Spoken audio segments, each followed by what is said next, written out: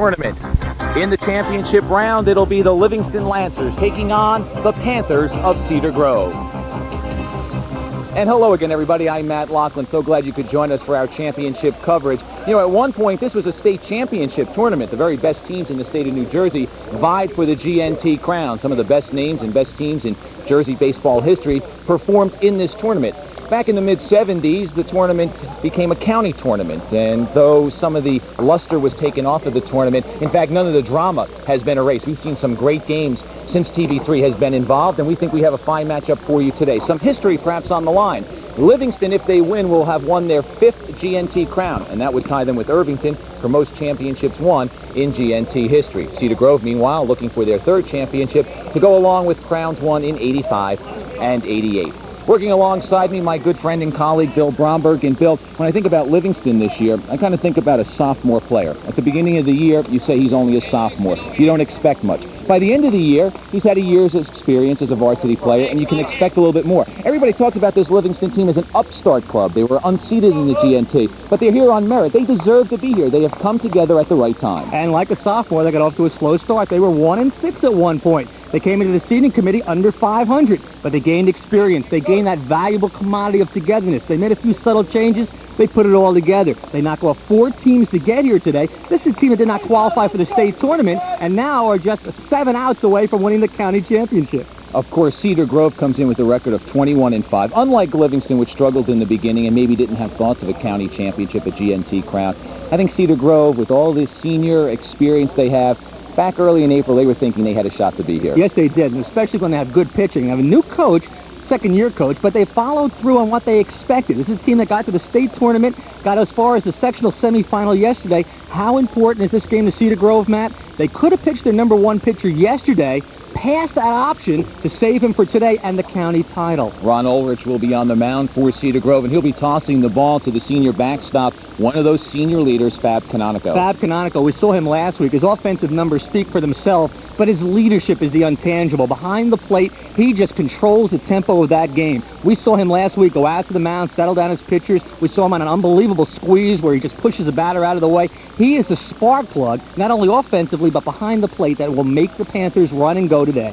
Now, John Schmidt, the first-year head coach of Livingston, is aware of the strength behind the plate that Cedar Grove has, but he said, we can't change our game plan. We're going to be aggressive on the base paths. We're going to try to take that extra base. Last week, we talked about Garrett Newbart, who's 28 for 28 in stolen bases, the starting center fielder and leadoff hitter for the Lancers. Today, we're going to talk about their starting right-hander on the mound, Josh Massler. What a GNT tournament he has had. He has become the GNT pitcher. He's undefeated in the GNT with an ERA just slightly over 1. He didn't get credit for a save, which he probably should have in another GNT game. He has put it together for this tournament. But he's not an overpowering pitcher. He's the kind of pitcher who throws a lot of breaking pitches, will throw his fastball to keep batters honest, but look for him to spot the ball. Excellent control, good breaking pitch. If he's on, he's tough to hit. Yeah, there is a contrast on the mound today. Ulrich, a big right-hander, throws hard. Massler, also a big right-hander, but throws the off-speed stuff. That sets the scene. Bill and I will be back with the opening pitch of the 59th Annual GNT Championship. Cedar Grove taking on Livingston. Don't go away.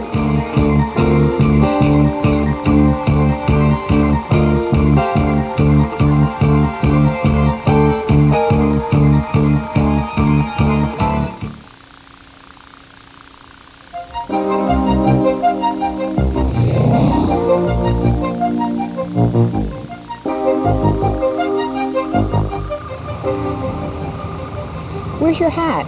Do you have sunscreen on? No, I'm going to be late for my match. Don't get burned. Exposing your skin to the sun can be hazardous to your health. It can cause painful sunburn, wrinkles, and skin cancer. To protect your skin, stay out of midday summer sun and apply a number 15 sunscreen. You can get an attractive tan with that protection. Clouds don't provide protection since 70% of ultraviolet rays pass through clouds. Light-skinned or dark, we all are at risk from the sun, and the effects are cumulative. So be sun-sensible and have a healthy summer.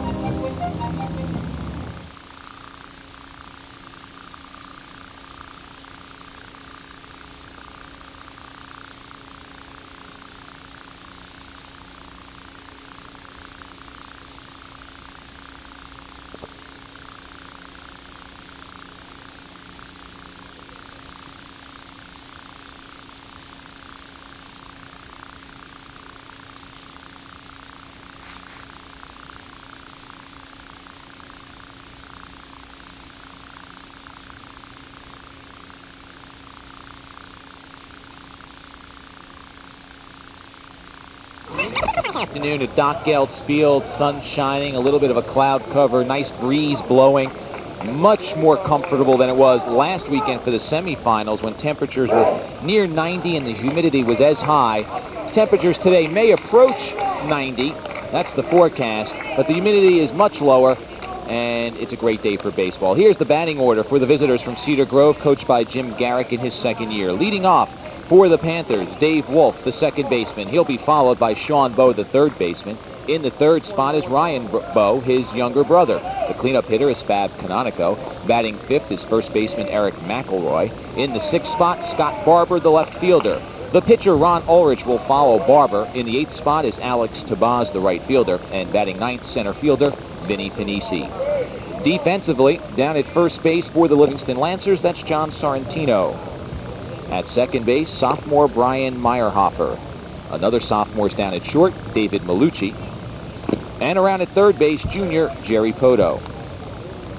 In left field, sophomore Eric Rothfeld. Around in center field is senior Garrett Newbart, one of the very finest center fielders you'll see. And around in right, John Conforti, who is a senior. Behind the plate, another senior, Bobby Pillis. And on the mound, senior right-hander Josh Massler. He is 4-2 with a 3.11 earned run average. He has pitched 54 innings. He has struck out 45. He has given up just 10 walks.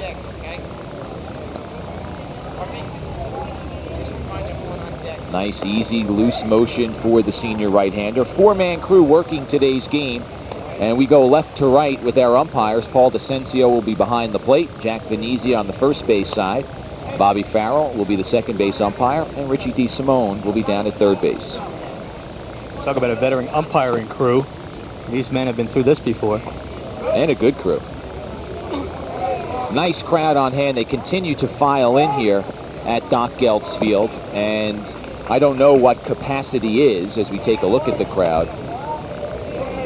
But the stands will be close to filled. Fans ringed around the top of the stands.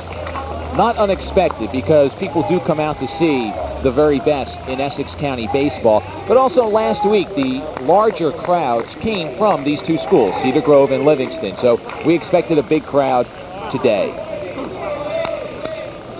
Some last-minute discussions taking place at the mound. It breaks up now as Sorrentino heads to first, and Pillis comes behind the plate. It's all on Massler's shoulders. Massler 3-0 in GNT play. 1.22 earned run average, but he's facing a heavy-hitting Cedar Grove squad that comes in with a team average of 302. Dave Wolf will lead things off. Wolf batting .292 with 7 runs batted in.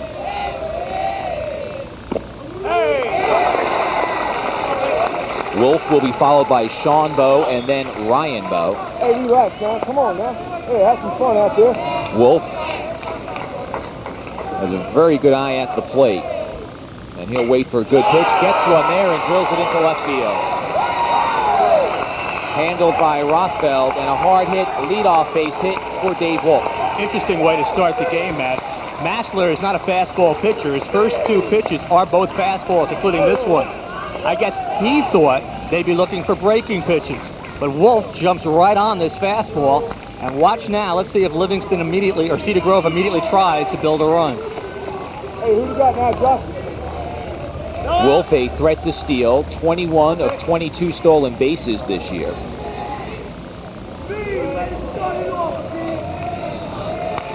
Sean Bowe coming to the plate. .355 average, 2 home runs, 18 runs batted in. 4 triples on the year. Good stick man in the second spot. Wolf is back. Hey, all right, Wolf has a very strong lead at first base.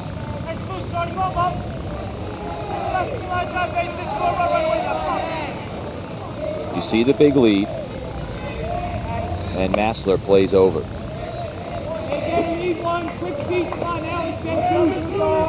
Newbart playing shallow in center field, but that's what the good ones do. They can go get him, and they won't give up the short fly ball for a base hit. Newbart shallow in center. Over in right, Conforti rather shallow. Eric Rothfeld playing straight away in left. They got him. Massler throws over 3 times in the third time is a charm as Wolf broke momentarily to second, and he couldn't get back. Watch him spin his wheels. He tries to get back to first. There's the lean. Now he's kind of stuck in no man's land, and he never even gets to the base. Beautiful pickoff play. That has to lift the Livingston spirits. Wolf on with the hard hit base hit, but then picked off. So one down here without a pitch being thrown to Sean Bowe. Here's the first delivery. Over the breaking pitch that misses.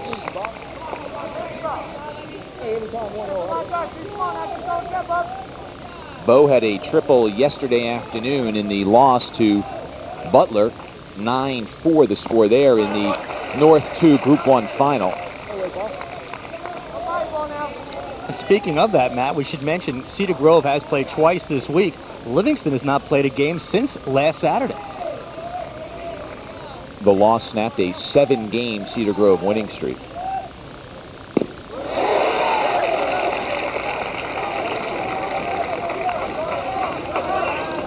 We talked about his breaking pitch. Watch this sweeping curveball. Oof. 1-2 the count. Fastball sails high. Before the game, Pillis and Massler go over pitch selection, what they want to throw against this particular team. And then basically it's in the hands of those two. A lot of times you see the coaches calling the pitches, but with two seniors in the battery, they allow the senior catcher and the senior pitcher to make that determination. Count holds at 2-2 to Sean Bowe. Ryan Bowe will follow. Brilliant day for baseball.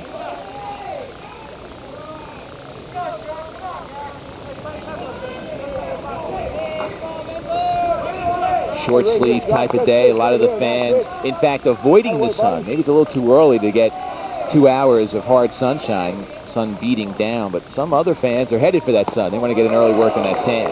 Hey, work him down now. Count goes full to Sean Bowe. One man down. We're just underway. Matt Lachlan along with Bill Bromberg. 59th annual Greater Newark Tournament. Started back in 1933. Swung on and missed, and Massler records his first strikeout. Took something off of that, and Bowe was way out in front. Took the words out of my mouth. Even with 3-2, he won't come with the fastball. This is a changeup, and way out in front of it is Bowe. So 2 down, and Ryan Bowe coming to the plate, the younger brother of Sean Bowe. Ryan is just a sophomore. Ryan batting .418, 28 runs batted in, 3 home runs, 3 triples, 10 doubles. No. Pops it foul out of play behind the first base dugout into the crowd. Massler does not look overpowering, and he is not. He looks very hittable, but he is not. Has a lot of faith in his defense, keeps you off stride.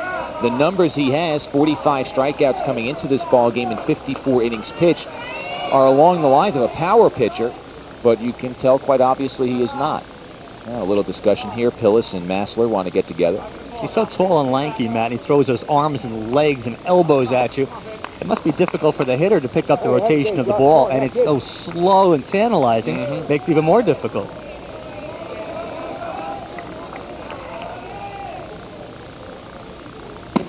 And one big advantage in high school ball as opposed to college or the professional level where you're playing 9 innings, you won't get that extra time around. If he keeps you off stride, doesn't give up many hits, you may only get 2 at-bats. One hopper, hard hit past Malucci into center field, and Ryan Bowe is on with the base hit. So you only get, in some instances, a second shot at him. You don't get that third time where you're really going to sit back and wait on the pitch. Wolf led off the game with a single on a fastball, and this is another fastball, and Ryan Bowe is all over it. So they have his fastball time. My guess is, going back to what you said, Matt, you're going to see more of that breaking pitch second time through the lineup.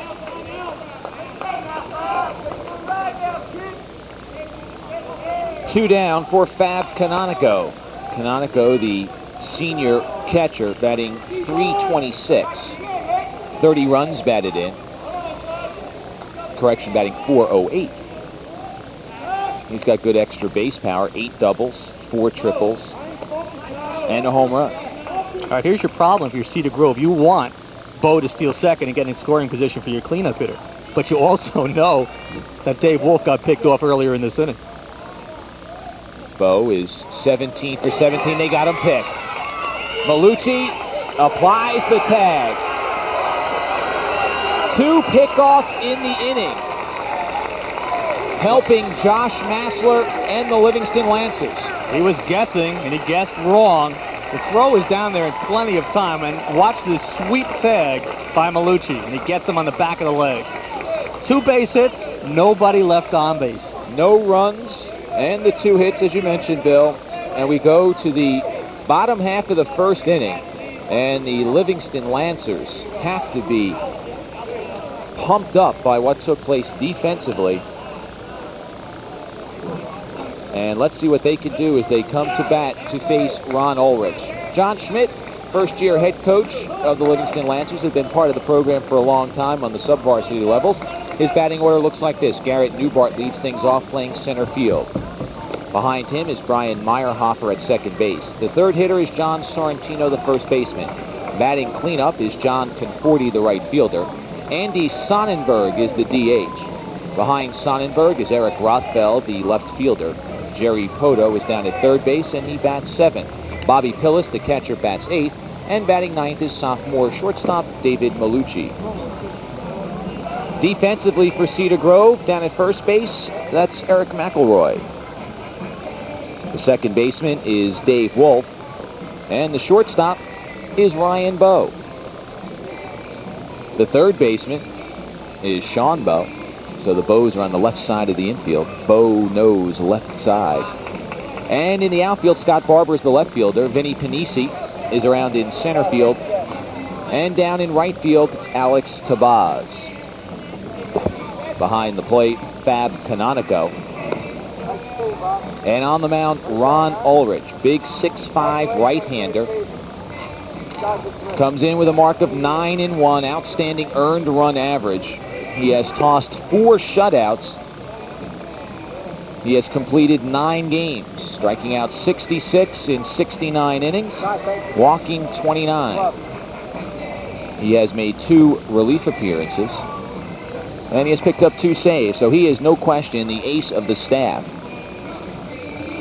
And Cedar Grove pins the hopes of them, their championship hopes, I should say, on the big right arm of Ron Ulrich.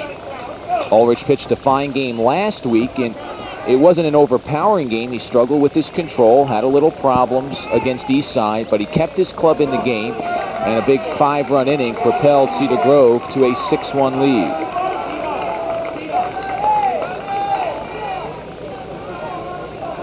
Leading things off for Livingston is Garrett Newbart. Newbart batting .418, 18 runs batted in, but more importantly, when he gets on, he's almost automatic. He's 28 for 28 in stolen bases. And the first pitch from Ulrich is in there for a call strike. Newbart, an outstanding student, headed off to Columbia next year. Plays a great center field. Breaking pitch, and it's 0-2. Jack Venezia, the umpire, was telling us a play that he made, I think it was against Bloomfield in this tournament, Matt, which he said was the best catch he's ever seen by a high school player. Reminded him of the catch Willie Mays made in 1954 World Series. Yeah. Vic Wirtz was the batter. Fastball misses. It's 1-2 and just misses. Brian Meyerhofer to follow, then John Sorrentino.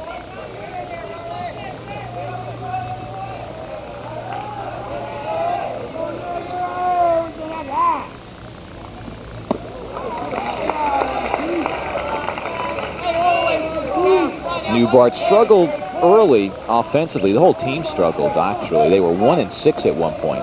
They're now 16-13.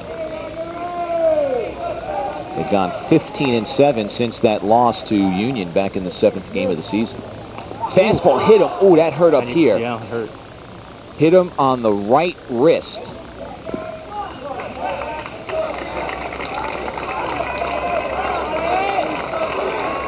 You could just hear the smack as Newbart got hit by this pitch, and immediately he grabs for the wrist. He goes down to first base, but you know that's got to hurt. That has got to hurt. Newbar trying to shake it off. Now, he could be substituted for, but it eliminates some of your moves perhaps later on. Now, realistically, Garrett Newbart's not going to come out too often in the game, but they could put another runner in for him, but they're taking their best runner out of the game if they do that. But they could give him a chance to relax, and under the re-entry rule, he could come back into the game later. I don't think Garrett would want to come out. This is his last high school game. Yeah, and I don't think John Schmidt wants to take him out since he's 28 for 28 in stolen bases, and don't think that Jim Garrick and Cedar Grove don't know that. Meyerhofer pops it up. Calling for it is Dave Wolf, and he makes the play in foul territory.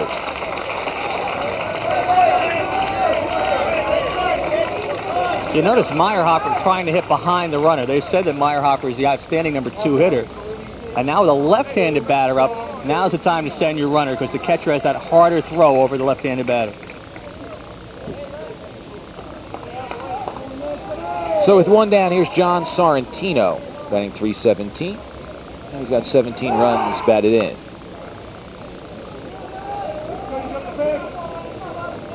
With the lefty hitter up, a little bit more of an advantage for Newbart as Canonico is blocked a little bit from seeing what Newbart's going to do.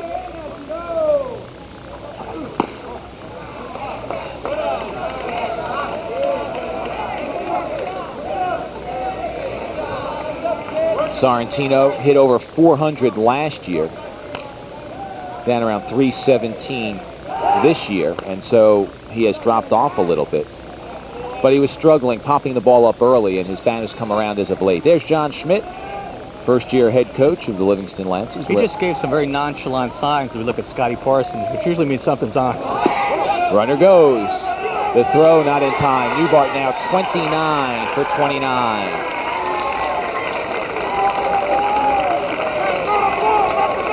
Bill, the old coach in you and the student of the game that you are, you picked that up. Nonchalant. Now watch, now he steals the base, but he's going to pick it up and give it to the umpire. Here, you keep it, I don't want it. He really stole that base. So Newbart in scoring position for Sorrentino. Count 2-0 to Sorrentino. John Conforti on deck. One away here, bottom half of the first inning, and Livingston looking to pick up an early lead.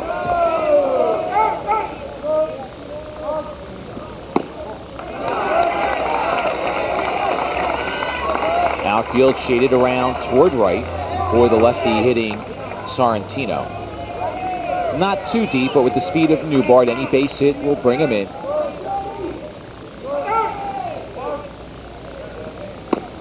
Taking all the way, and it's 3-1. Taking a look at the outfield, Scott Barber in left, Vinny Panisi in center, and Alex Tabaz in right. You can see they are swung over toward right field. Tabaz maybe 40 feet or so from the right field line. Call strike 2. So Ulrich, who fell behind 3-0, has come back to make the count full to Sorrentino. And Ulrich isn't doing anything fancy right now. He's just throwing fastball. Ulrich undecided as to where he will be going to college next year. Monmouth, Drexel among his choices. Staying alive, good piece of hitting by Sorrentino as he fought off the inside pitch. We saw Ulrich last week have one little stretch where he really had problems with his control. I think at one point, Matt, he had 10 consecutive balls. Yep. But the heat last week was so much more oppressive than it is today. Yeah, that was in the second inning. Walked its first 2 batters, but Eastside got nothing out of it.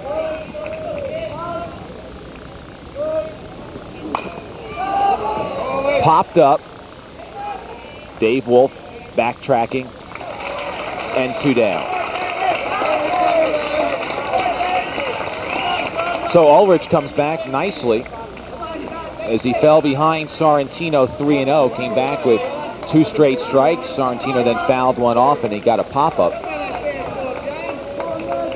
This is the second time we've seen Ulrich, Bill, and I think it's not so much a pattern, but we're seeing that he's a very aggressive and a very tough pitcher. He'll fall behind, but he doesn't give up. He's very tenacious and he'll come back.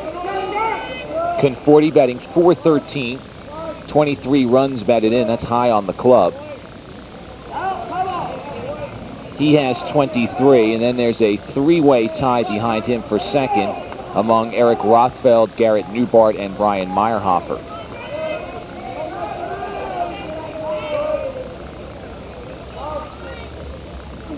Fastball. To watch, actually, Canonico giving signs, the catcher. He put the one finger down. Nothing but fastballs so far from Ulrich. Another hard one, and it's 1-1. John Schmidt says that John Conforti was the only one who was playing real well for the club back during that early rough start. Lost the first two of the season, then won their third game of the year, then dropped 4 straight. Breaking pitch that time, and it's 2-1. And it was during that stretch that John Schmidt talked it over with the coaching staff, and then after that 1-6 start that they made some changes defensively, brought some players up from the JV, and things have turned around for the Lancers since. Fastball. I think it hit him. Got him off the helmet. Apparently so. Second batter hit in this inning, and Jimmy Garrick's going to come out and talk to his right-hander. I think it hits him on top of the helmet, Matt. Let's take a look. Oh, my. He's okay. Yup, it gets him just off the side by the bill. Wow. Thank God for those helmets.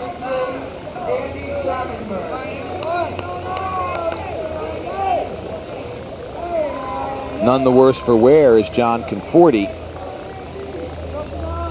Watch this high inside fastball. It just rides in on Conforti. There's not much he can do except duck down. And thank God he turns his head at the last possible moment.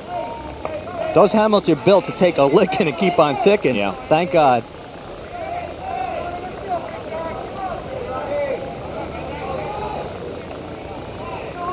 Two on and two down here in the bottom half of the first inning.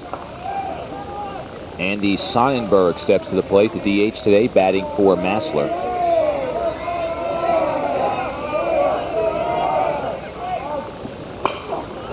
This might drop in. Tabaz coming in, can't get to it. Newbart will score. Conforti goes to third. Now a throw down to third, and a nice play made by Sean Bowe. Otherwise, it would have been a 2-0 ball game.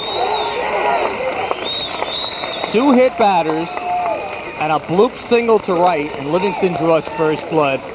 Sonnenberg, the DH, just bloops it into short right field with 2 outs. Newbart's running all the way. He would have scored anyway. The throw is cut off by Canonico, and he guns one back to third and almost throws it down the left field line. Give Sean Bowe a lot of credit. That saved another run. Sonnenberg picks up his 14th run batted in of the year. And we have a little bit of a delay here because there's a problem with second base. We saw it on the stolen base by Newbart that when he slid across the bag, it came free. And apparently another problem when Conforti rounded the bag. So the umpires are trying to dig a better hole and give it a little bit more support. Did you know there's actually a movement to go back to the breakaway bases? Too many players have been getting injured on these head first or hand first slides. The bases don't give anymore.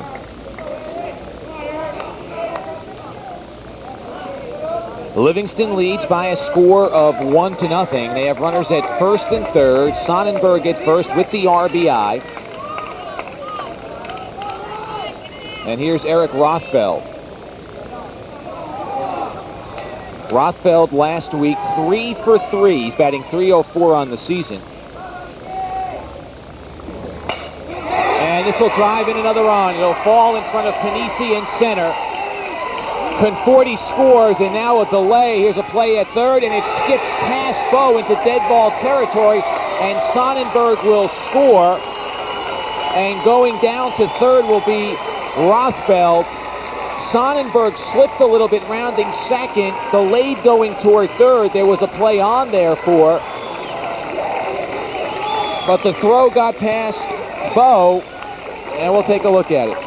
There's the base hit. This scores the second run, no question about that. And Matt called this exactly right. Sonnenberg gets to second, kind of slips, and then is undecided.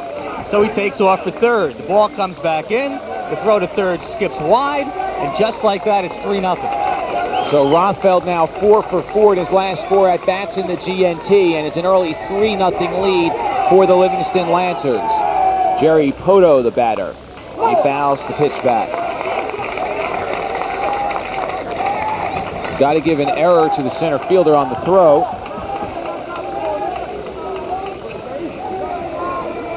Or excuse me, the shortstop. Ryan Bowe on the throw. 0-2.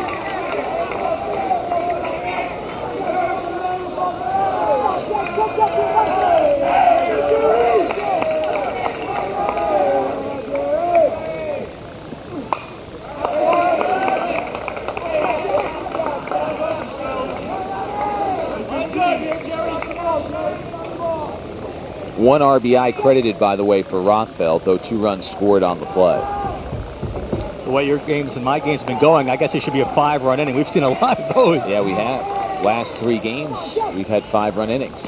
This one not over. We may still see a 5-run inning. And I guess the final score by rights would be 6-1. As the last 3 games have been. If form holds. 1-2 to Poto, the junior. Goes after a bad pitch, and Ulrich reports his first strikeout. But he hurt himself. He hit 2 batters. Both of them came around to score in the inning 3 runs. There were 2 hits. And after 1, Livingston leads by a score of 3-0.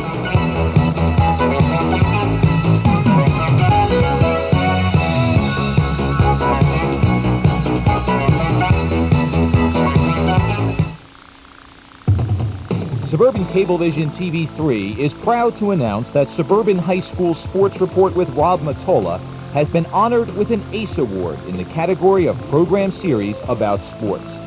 So if you need to know who's hot and who's not in scholastic sports, catch the Suburban High School Sports Report, Thursdays at 7 p.m. and Fridays at 8 p.m., only on Suburban Cablevision TV3.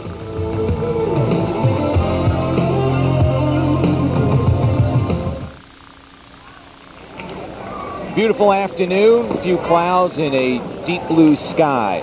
We have some more baseball for you on TV3.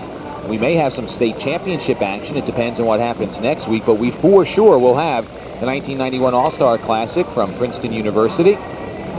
The 16th of June at 9:30, you can see one of the games, also on the 20th. And then on Saturday the 22nd, we'll show the games back-to-back. Top seniors in the state participating one last time on the high school level before they move on to college or the pros. Josh Massler working with a 3-run lead, and he's hoping that he's able to keep the hot Cedar Grove bats quiet. Meanwhile, some of the fans applying some suntan lotion, trying to keep the sunburn away on a day like today. Now the question is, will Massler be able to keep the hot bats quiet? And this is an important inning. Cedar Grove did touch him for 2 hard-hit singles last inning, but on 2 pickoffs they were erased, so they feel they can hit him. Now, if he can get through this inning, facing the 4, 5, and 6 batter, well, the momentum still is on Livingston's side. It maybe increases a little bit, but if Cedar Grove can come through with a couple of hits, they may feel that a 3-0 lead is not insurmountable. Breaking pitch to Canonico into left field for a base hit. He's got surprisingly good speed for a catcher, and as the ball gets away from Rothfeld, he'll make it into second easily. Double for Canonico. He's not a quick kid by any stretch of the imagination, but for a guy that size, he has fairly good speed, as we told you earlier. He's got 4 triples to lead the club. We should mention that the grass has been recently cut. And so if that ball had not been cut off in left field by Rothfeld, it goes down the hill, and then it's all you can get. You can see the cone to the left of your screen marking the left field foul line. Just beyond that, it drops off. Third hit given up by Massler, and he overpowers McElroy. McElroy way behind it. That's the hill that's beyond left field. A lot of room out there until you get to the fence that borders this facility. Foul down the third base line, and a nice grab made by Jimmy Garrett. Jimmy, a catcher in his days at Hoboken High School and Jersey City State College. Put the ball in play, big guy. Come on now. Come on, big guy. Hey, make him hit real quick, Bob.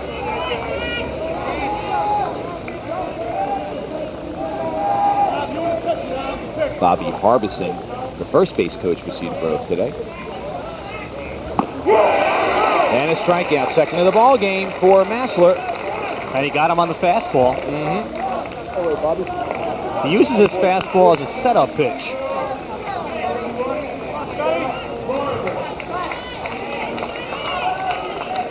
One down, and Scott Barber coming to the plate. Hey, Jerk. Hey, Jerk. Barber, the left fielder, batting .262, 5 runs batted in. Has brought that average up over the last 10 days or so.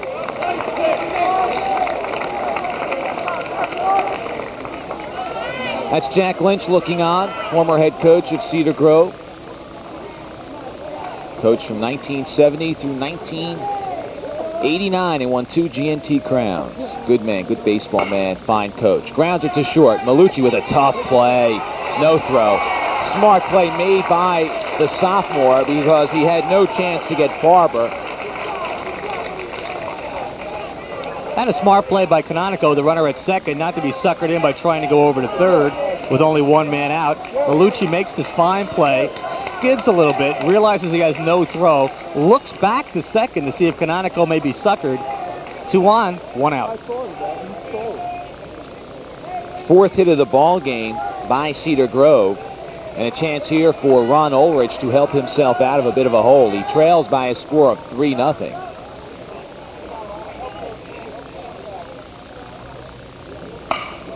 This is going to swing foul. Hard hit ball, but foul. It seems as if Cedar Grove has been able to lay off and stay back on the pitches because they've been able to hit Massler. And Pillis, the catcher, is going to go out and talk to Massler. Last year, Massler faced Cedar Grove in the GNT quarterfinal round and defeated Cedar Grove by a score of 5-2. Rob Linfanti had a 2-run homer for Cedar Grove in that game, but that was it for the Panthers. So Massler has faced many of these batters before.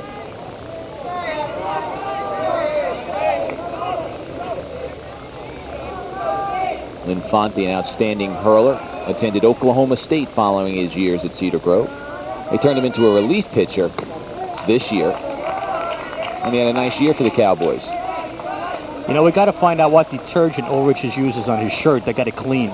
Because if you remember that jersey from last week, it was dirt. Yeah, he dove head first into third on a play, and he was covered head to toe with dirt. It's a brutally hot day. He was perspiring heavily.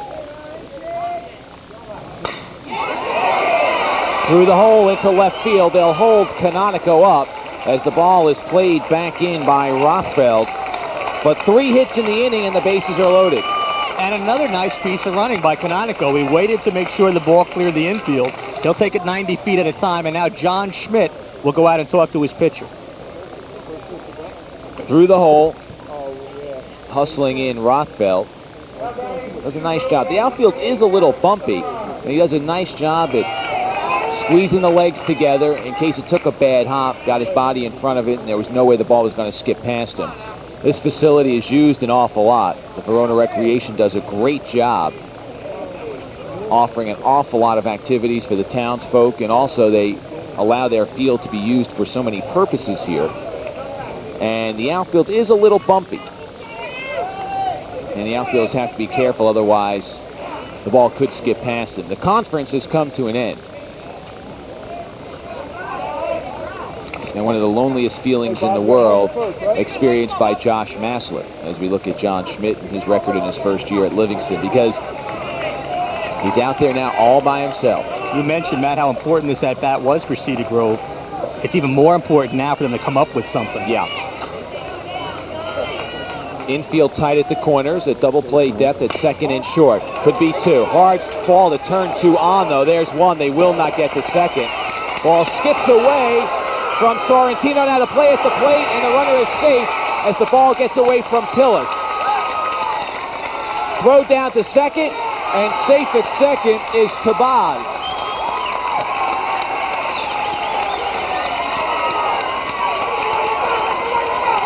Canonico scoring, and Barber scoring on the play. Tough ball to turn two. They get the force. The return throw skips away from Sorrentino, not too far, but Barber decides to test him. The throw beats him to the plate, but it bounces off of Pillis' glove. And then moving down to second, following the throw home, is Tabaz, and a runner in scoring position, and it's a 3-2 ball game. Now we'll give one RBI to Tabaz. Also charge an error on second baseman Meyerhofer on the throw back to first, which allows the second run to score. Tabaz then takes second on the throw to the plate. Single, or no single, RBI, and an error also charged. And we are a base hit away from a tie ball game. Vinny Panisi, the number 9 hitter in the order, takes a pitch for a ball. Well, it won't be 6-1 today.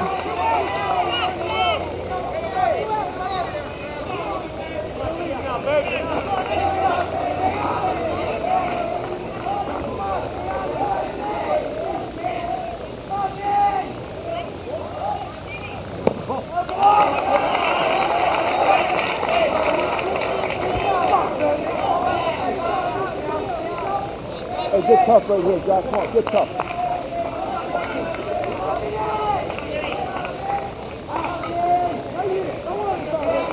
Two men down, visiting half of the second inning.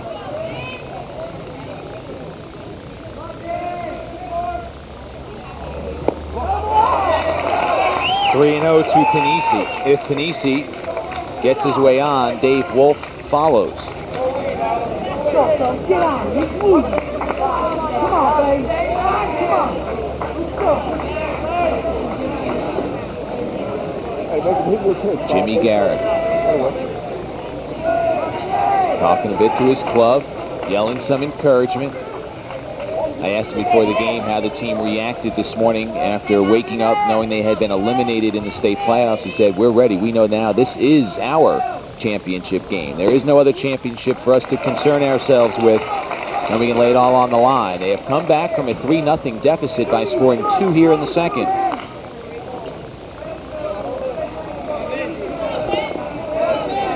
Five hits for the Panthers.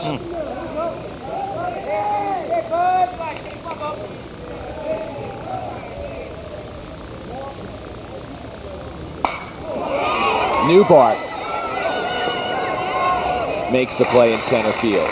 He's a good one. He's got good speed, and he plays the ball very well, gets a good jump on it, and he puts it away for the third out. But in the inning, Cedar Grove scores 2, and after an inning and a half, it's Livingston 3, Cedar Grove 2.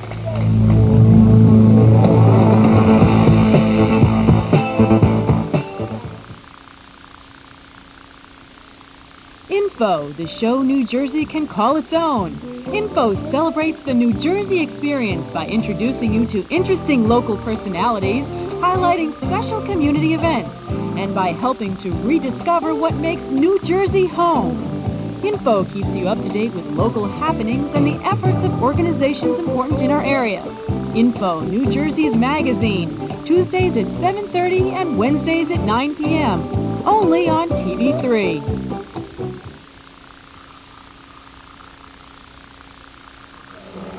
Cedar Grove Panthers trailing by a score of 3-2, looking to add to their GNT hardware. They won titles back in 1985 and again in 1988. In 85, they defeated Caldwell by a score of 2-1 in 8 innings, and they came back in 88 to defeat Glen Ridge by a score of 7-1.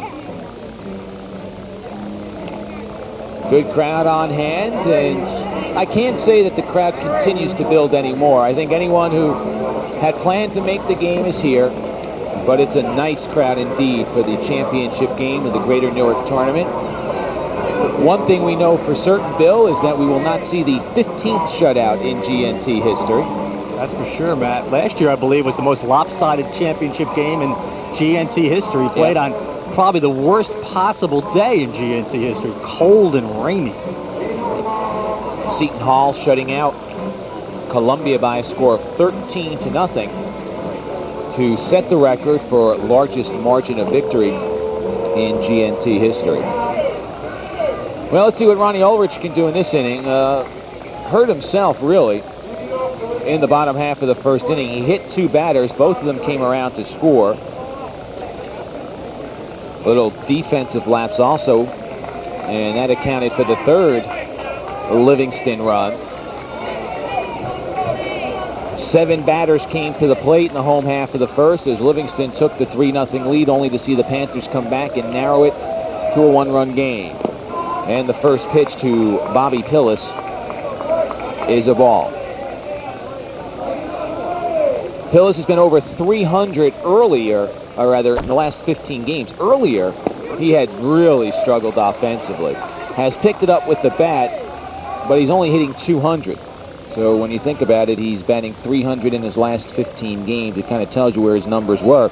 But all throughout, according to John Schmidt, his defense never wavered. It was always very good. To short. Handled by Ryan Bowe. And there's one down. So that's the credit that you have to give to Bobby Pillis, that he didn't take his offensive woes out onto the field with him. He was able to separate the 2 responsibilities he had. And that's a good at-bat for Pillis. Gets the ball hard right back up the middle. Just Ryan Bowe happened to be there. So 1 down for David Malucci, the sophomore shortstop.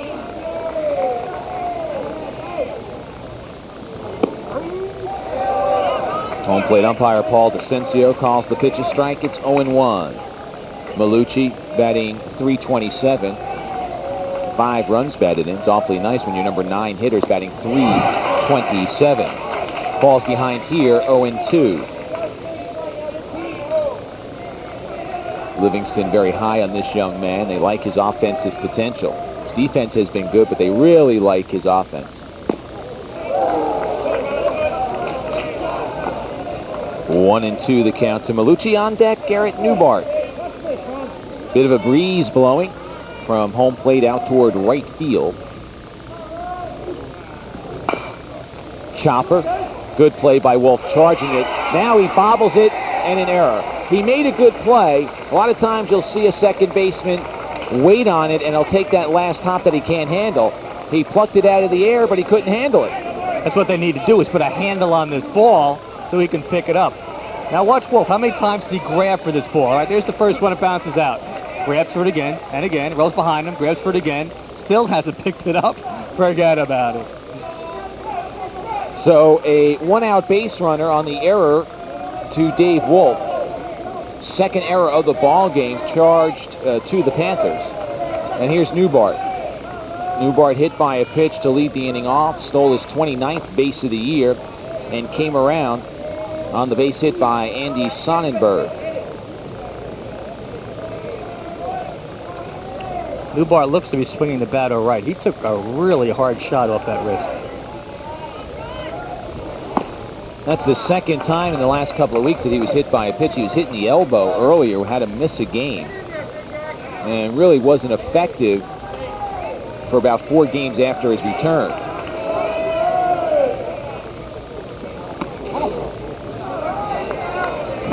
Two and 0 the count. Newbart's saying, oh, please pitch it a little more outside. At least that one was an off-speed pitch. First time he was hit flush with a fastball. Runner goes.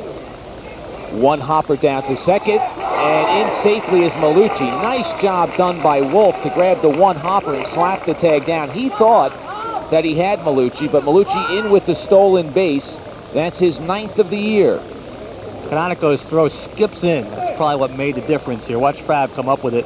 Now the throw is going to be low on a hop. Watch the tag and the slide.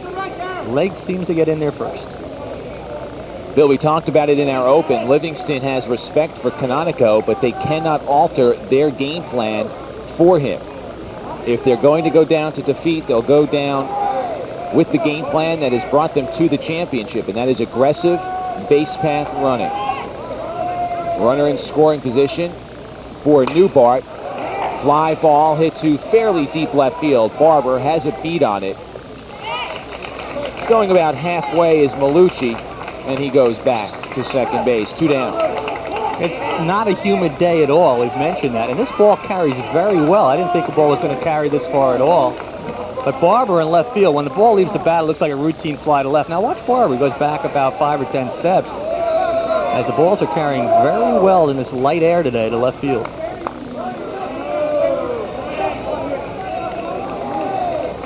Two down here for Brian Meyerhofer. Grounder down to third. Play made by Sean Bowe to keep it in front of him. Throw not in time.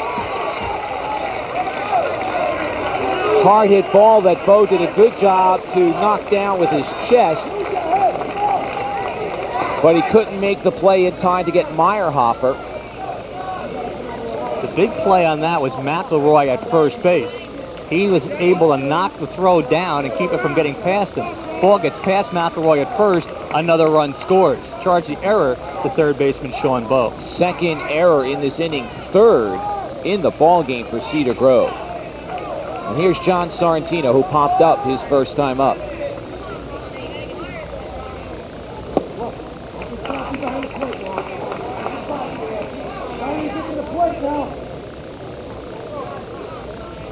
I asked John Schmidt yesterday, I said, is there anything that we didn't see last week that you have in your arsenal? How about a delay steal with first and third? He said, well, we've got it. Let's see what they do. Hard hit ball. This is going to be a gapper. Tabaz does a nice job of tracking it down on one hop. It's a 4-2 ball game as the ball is played back in. Malucci scoring on Sorrentino's base hit. Well, we'll have to find out whether they use a delay or not, because though the runner was going, the base hit ended all the suspense as to whether or not there was a delay on the third. Don't underestimate this play by Alex Tabaz in right field. Matt Wilson's a gapper. Look at that nice cutoff Tabaz makes to hold this to a single, and only one run coming in on the play. That ball skips past him. You're counting at least a triple. Meyerhofer went to third on the play, so we may see if there's a delay steal in the arsenal as John Conforti comes to the plate. Take a peek down there. Take a peek before you get down. Take a peek at him now. Sweeping. Going too much, let him know. What we're talking about, folks, is in this circumstance, Sorrentino would go down, but deliberately slow down and give a chance for Meyerhofer to come home on the back end of the delay steal. Fouled out of play. It's 1-1 to Conforti. Well, Matt, of the runs so far that Livingston has scored, 2 of them scored by batters that were hit by a pitch, and another one scored on a man who reached on an error. Well, and you go back to the third run scored when Sonnenberg scored. He wound up coming around when the ball was thrown away by Ryan Bowe, trying to make a play at third, made a bad throw. It skipped past his brother at third and into dead ball territory, so an error accounting for that run. Yep. Livingston's taking advantage of everything Cedar Grove is giving them. You can't give extra outs on any level. Breaking pitch misses. It's 2-1. On deck, Andy Sonnenberg. We're in the bottom half of the second inning, and Livingston leads by a score of 4-2. We talked about momentum and what a big inning last inning was for Cedar Grove. Well, Livingston has taken a little wind out of their sails.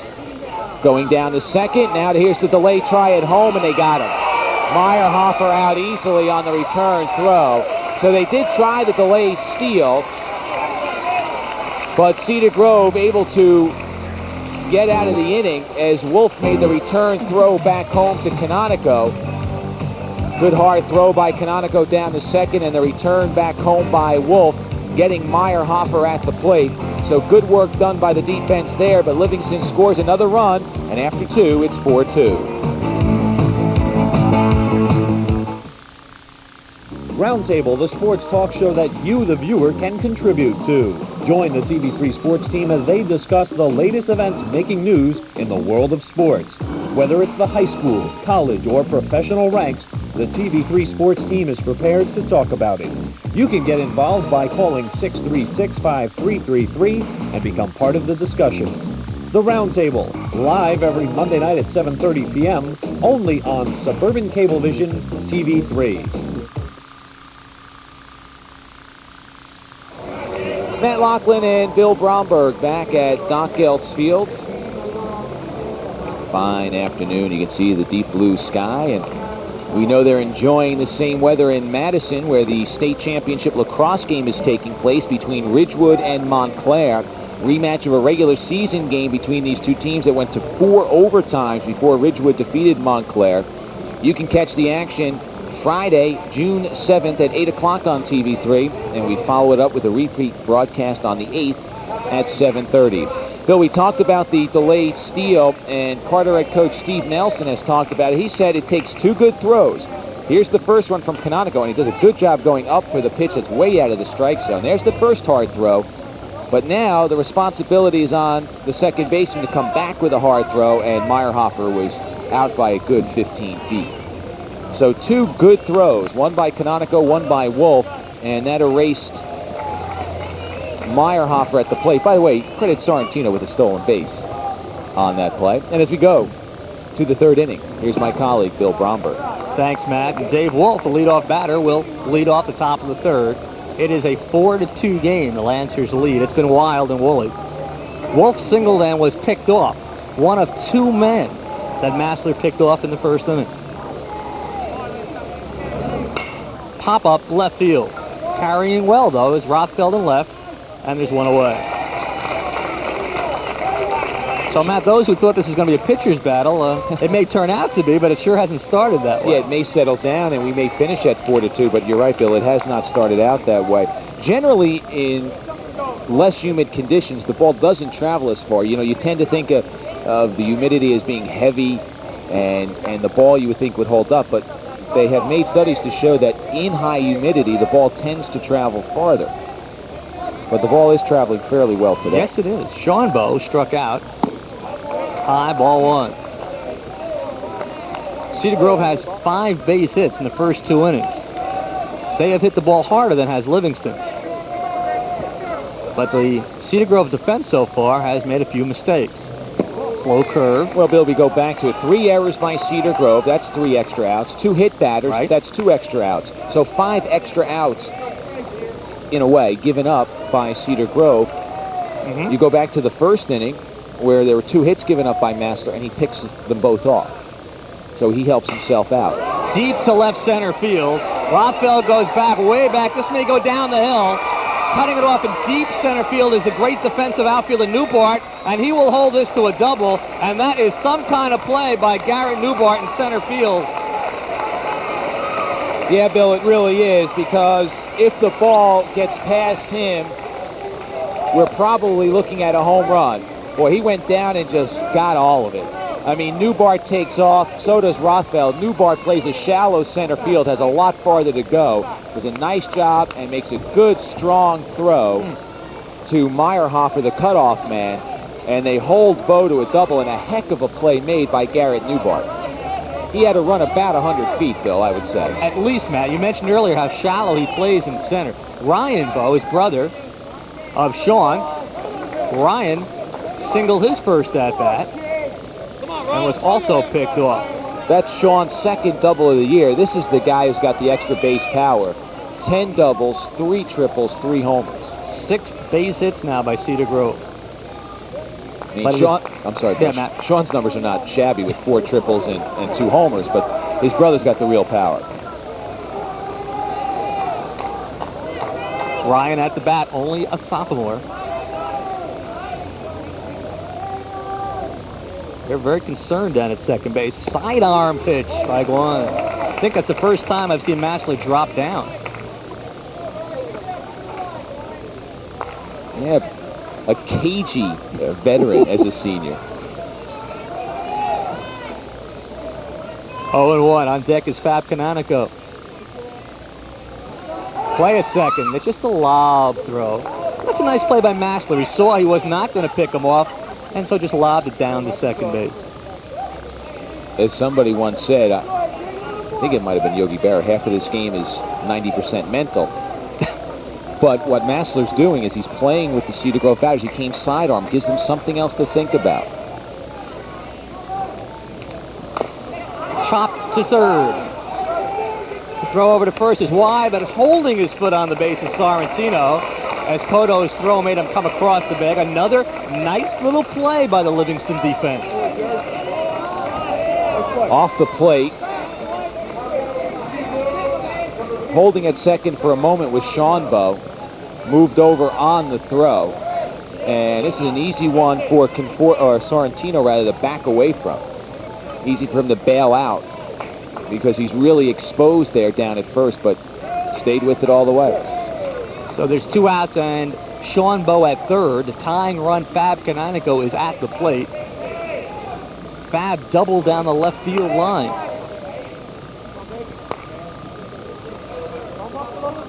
Cedar Grove has hit some shots off Massler so far, but they trail 4-2 in the top half of the third inning. Time is called.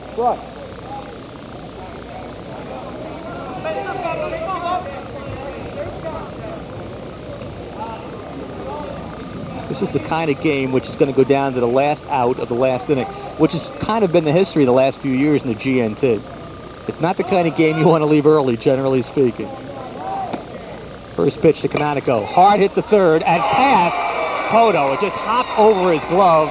That, I would believe, is a base hit. It just took a nasty hop over Poto's glove. They put an error on the scoreboard. That's a tough error. Run is batted. His run is scoring. No RBI, and it's a 4-3 ball game. Ball stays down most of the way. And then takes a last-second hop over Poto's glove. Tough scoring going on here. They tell you to keep the glove down, and that's what Jerry did. And then the ball just, maybe as it came off the grass onto the dirt, hit something and just bounced high over his glove. Official score calls it an error. No run batted in. But it's a 4-3 ball game. Eric McElroy struck out his only at-bat. Here's that sidearm pitch, strike one. Canonico at first, not much of a threat to steal.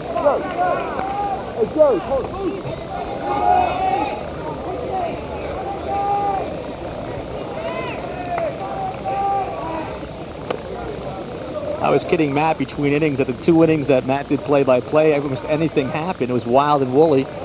And I said, well, things will settle down now. But Matt, I see no inclination of that happening. No, it's going to be a fun game.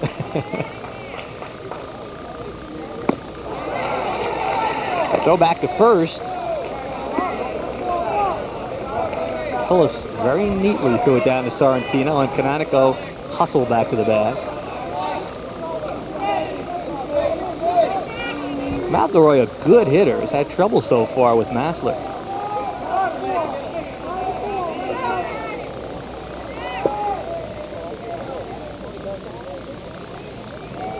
Foul back into the cage and holds at 2 strikes. 4-3, Livingston is leading this game in the top half of the third inning. Part of this big crowd ringing Doc Geltz Field on a glorious June afternoon. Yeah, it's really nice. Hard to believe we're in June already. Yeah. School's out soon. As we've mentioned all along, these seniors, they've got a lot of things on their mind, but right now it's the GNT Championship. Swung on and missed.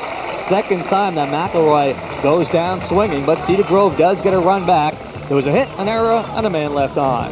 We go to the home third, and the Lancers lead the Panthers 4-3.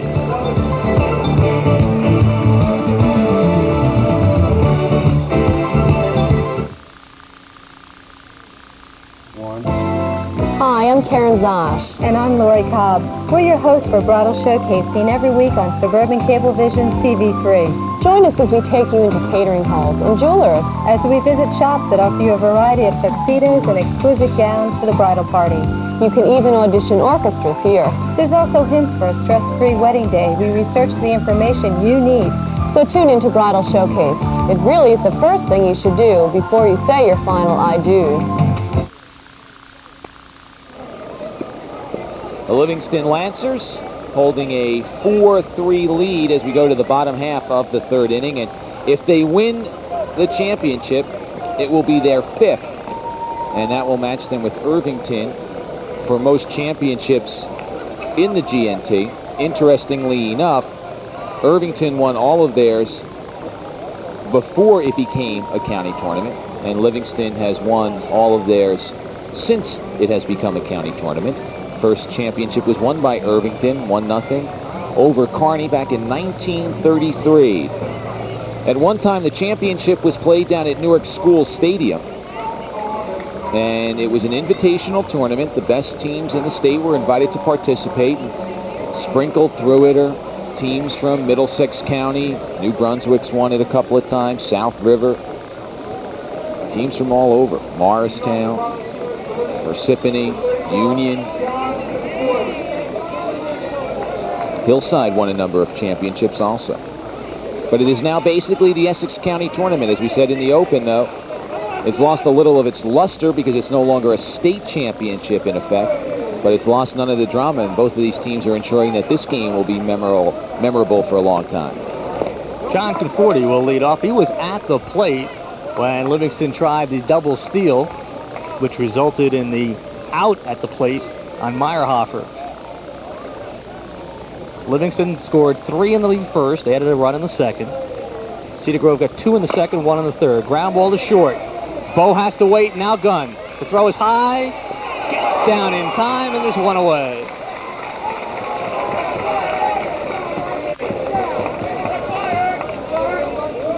Close play at first base, and we'll take a look at it. Ryan Bowe has to gun it because it was a chopper. Conforti getting down, the high throw, and looked like he might have just gotten there ahead of the throw. Ahead of actually the foot coming down of McElroy. Close play at first. Jack Venezia calling him out, and there's one down. For Andy Sonnenberg. Andy had an RBI single to right. Drives one to left. Barber almost in his tracks, and there are 2 outs. Ulrich, who is a strikeout pitcher, has not been fooling the Livingston batters. They're getting around. No, he struck out just one batter. And this is a hard hit ball by Sonnenberg. Really got around on it. Pulled his body as it was an inside pitch, but Barber had just a couple of steps to move. Barber's uniform dirty from when he slid in to home back in the second inning. Eric Rothfeld singled and has an RBI. The sophomore has had 4 consecutive hits in the GNT. 3 last week, 2 singles and a triple, and singled his first time up today. Foul back.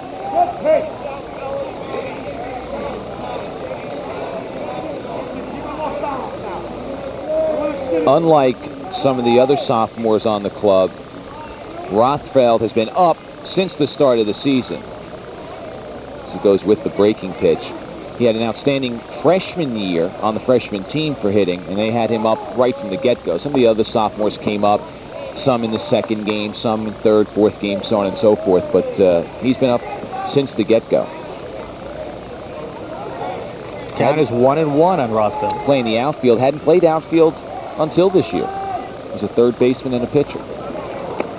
Did he go? Paul DeCencio says he did, and the count is 1-2. Ulrich has thrown, I would say, 90% fastballs, and when he comes with that curveball, he's got the Livingston batters well off stride.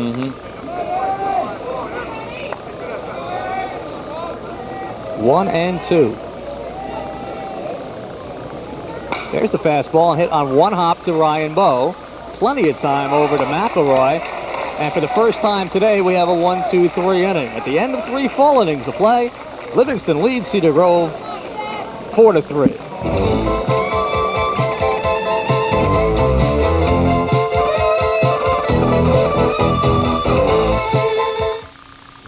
New Jersey is blessed with such diversity that we have towns to fit everyone's lifestyle. Our series, Your Hometown, takes great pride in showcasing all that's special in each of the cities and towns in our area. From Montclair to Woodbridge, Berkeley Heights to Linden, our cameras visit your hometown to talk to the mayor, police and fire officials, show off your schools and parks, and reveal the pleasures of living in your neighborhood. Look for Your Hometown, only on TV3.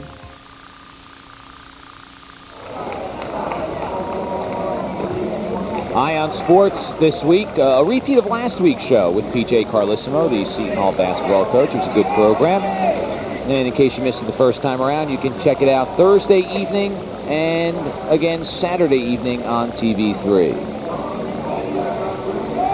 Top half of inning number 4 is Josh Massler at the mound, protecting a 1-run lead. Matt, I've been coming to GNC games, I guess, since about 78. We've been televising them, I guess, about that long. This has got to be the largest crowd I've ever seen at a GNC. Yeah, it's a pretty good crowd, Bill. Massler, 27 strikes, 11 balls. Not really surprising because he is a control pitcher. And he is getting the ball over the plate today. But Cedar Grove has gotten around. They have 6 base hits, have 3 runs. But a big part of this game was the first inning when Cedar Grove had 2 hits and 2 runners promptly picked off base. 6, 7, 8 for the Panthers. Scott Barber, the batter, and Scotty Singleton scored his first at-bat. There's that slow curveball, strike 1.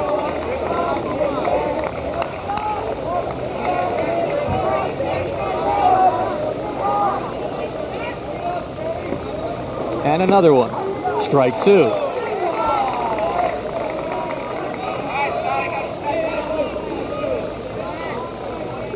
See if Massler, after 2 curves, now maybe tries to sneak a fastball past Barber. Looks like the catcher put the 1 down inside. Let's see if it's a fastball inside. Yeah. Good waist pitch. 1 and 2. Massler wanted the fastball. He shook off a couple of signs that Pillis put down. Yeah, he just shook off another one, too. Another fastball right down the middle. Clearly Barber looking for that curveball, and it's a strikeout. 2nd in a row for Massler. As you said, Bill, Barber waiting for something that's not coming. Wasn't expecting the fastball and couldn't pull the trigger. 4th strikeout for Massler. Pitcher Ron Ulrich, who singled back in the 2nd inning. Squibbed off the left side, it'll go foul. Ulrich's uniform much too clean. You can just tell he's the kind of guy who wants that uniform dirty. He's got part of his shirt tail hanging out.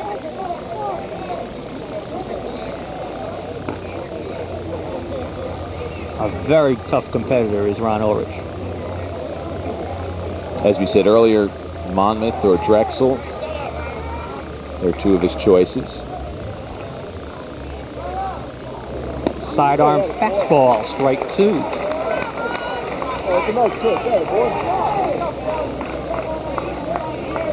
So we look at Jim Garrett down at third base coaching lines. 2 strikes on Ulrich. A swinging bunt down the third base side. Poto's got a very tough play and he'll hold it. As it now rolls past him, Massler will back it up. Poto would not have had a play anyway, and it'll be an infield single for Ron Ulrich. Base hit number 7 for Cedar Grove. And the 2nd in the ball game for Ulrich. He's hit into a lot of bad luck. Here he gets a bit of a break as he doesn't have a good swing at it, but he gets enough of it so that there's really no play. Alex Tabaz, the batter. Alex reached on a forced play. Hit the ball to short. Ulrich, the runner at first. There's the move to first. Remember, in the first inning, Massler picked off 2 runners. And Matt, I don't remember Massler having that good a move last week when we saw him. Yeah, I don't remember either, Bill, but I guess he was holding it out for the final. Of course, in that game, he only gave up 3 hits. He walked 1, and there were no errors, so there weren't a lot of base runners on. Remember, as we mentioned, Livingston has not played since last Saturday. They have the whole week off to do nothing but prepare for this game. Had a couple of intra-squad scrimmages. They alternated. One day they would work on just some skills, then intra-squad, then skills, then intra-squad. They had an optional workout on Memorial Day, and John Schmidt said most everybody showed up. You know, the funny thing, Matt, you say you haven't played in a week. In the game of baseball, that doesn't necessarily work to your advantage. In the game, you're used to playing 2 or 3 times. Oh, absolutely not. I agree with you. Cedar Grove, on the other hand, played yesterday in the state tournament. And they played Tuesday in the state Correct. tournament. And had they gotten rained out yesterday, and some games did because of the thunderstorms, they would have had to play a doubleheader today. Bunt down the first base side, past the pitcher, and once you get it past the pitcher, you've got yourself a base hit. A beautiful bunt by Alex Tabaz. Base hit number 8 for Cedar Grove. It's a hard bunt, a push bunt. Massler can't get to it. Now, Conforti Sorrentino had made a play back toward first because he thought that Massler would get it, but once it was past him, it was in no man's land, and first and second, and Cedar Grove has something going with one out. Vinny Panisi, the number 9 batter, is at bat. Cedar Grove has had at least one hit in every inning. They had 2 hits in the first, did not score. They got 3 hits in the second, got 2 runs out of it. A hit and a run in the third. And here in the fourth, they have 2 base hits on balls that went about 65 feet each. Panisi squares as if he was going to bunt and taking it high, ball 1. Remember, Ulrich reached on the swinging bunt on the third base side. Tabaz reached on a perfectly placed bunt on the first base side. It's 4-3 in favor of Livingston. We're in the top of the 4th inning. Cedar Grove has never led in this game.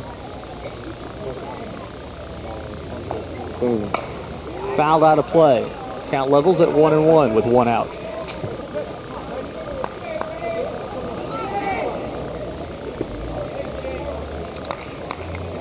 Both teams right now must feel that they can win this game.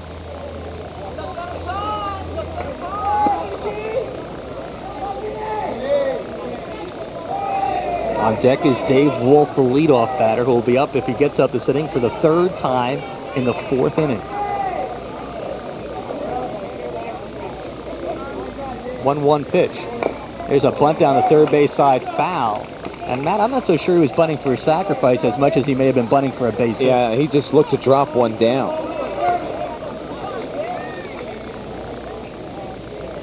1-2 on Panisi. He's got good wheels, plays center field. So he felt that maybe Poto was back a little too deep. He's even with the bag. And he thought maybe he'd catch him by surprise.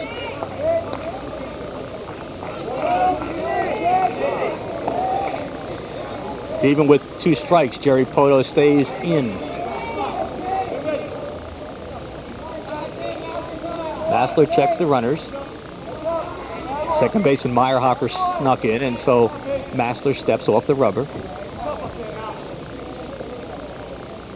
Big part of the game right here.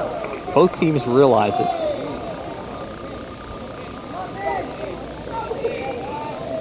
1-2 on Panisi. High 2-2. Ulrich down at second looks much more natural now. The uniform is a little dirtier. That's much more like it. Hard worker. Yes, he is.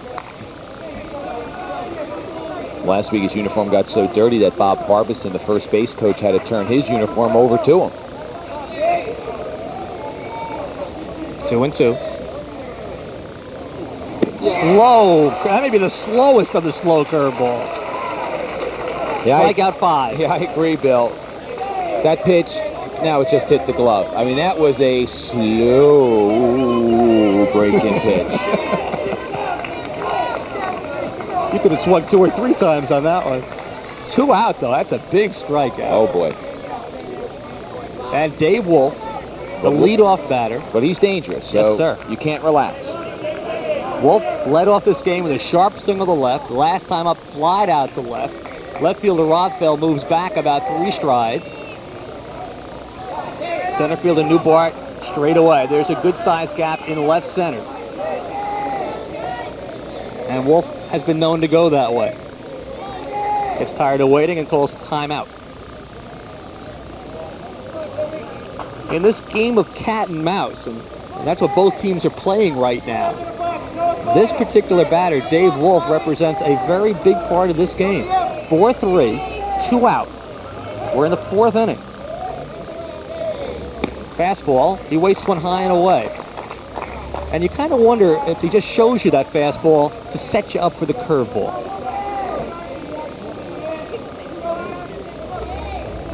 Massler on the mound has thrown about anything he's got in his arsenal so far in the first 4 innings. Sidearm, overhand. You name it. I wouldn't be surprised if he comes submarine. Play back at second, and Massler does not have to throw it. Always count on somebody in the crowd to yell block.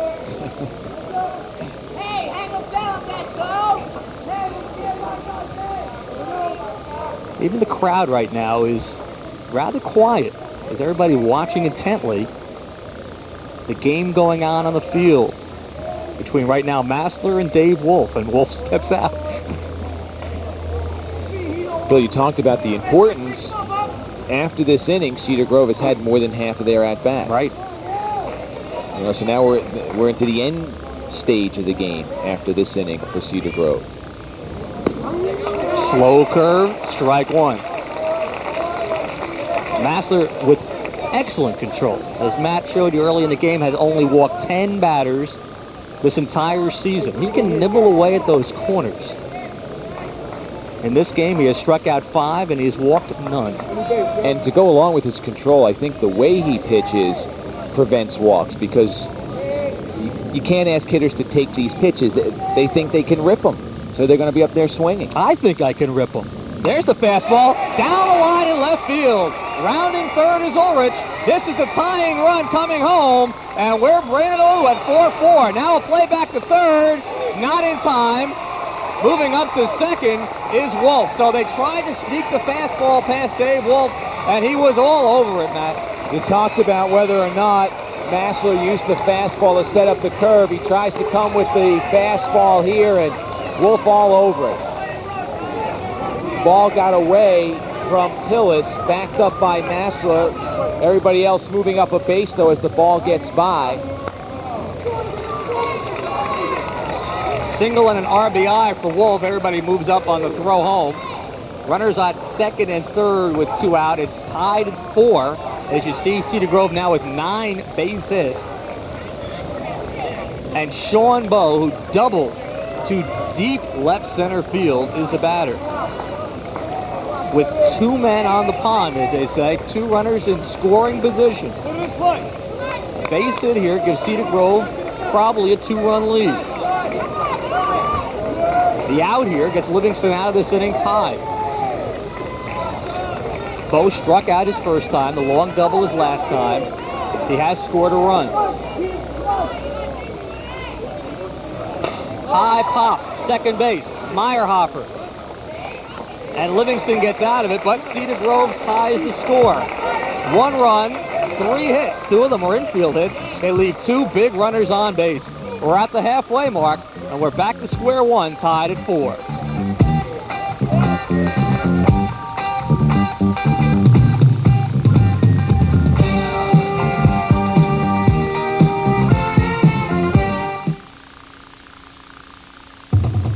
Suburban Cablevision TV3 is proud to announce that Suburban High School Sports Report with Rob Matola has been honored with an ACE Award in the category of program series about sports.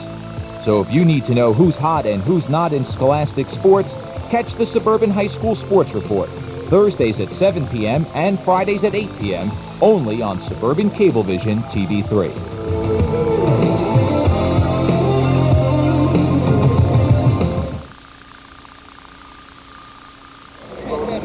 A big crowd has gathered at Doc Geltz Field to see the 59th GNT Championship game, and we're tied 4-4 in the bottom half of inning number 4. It may very well come down to last at-bat, in which case Livingston would have the advantage. That's about what we saw last week in his breakdown in strikes and balls thrown. He started out last week with some terrible numbers, but he straightened it out, and that's about where he was. And Ulrich has got to be saying to himself, gee, I have not had good stuff in the first 3 innings, and I'm back to tie. This is the base hit that ties things up. A hard hit ball by Wolf past Poto, scoring Ulrich.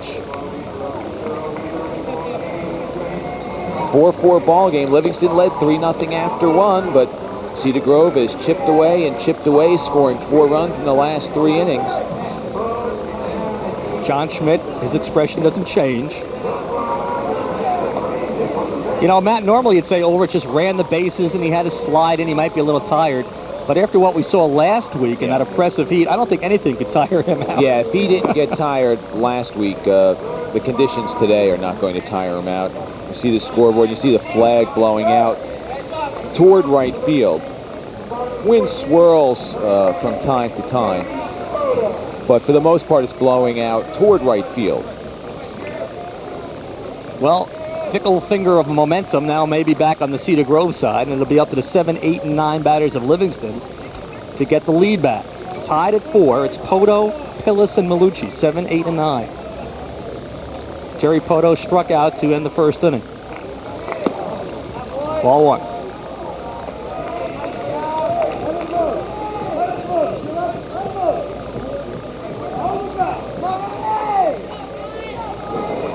Swung on and missed. 1-1. Just before that pitch, Jim Garrick was yelling out to the mound. He said, "Let it loose, you're holding back." And he let loose with that second pitch. Bunted up in the air, but it's going to fall foul and out of play. In last week's game, Ulrich really struggled in the early going.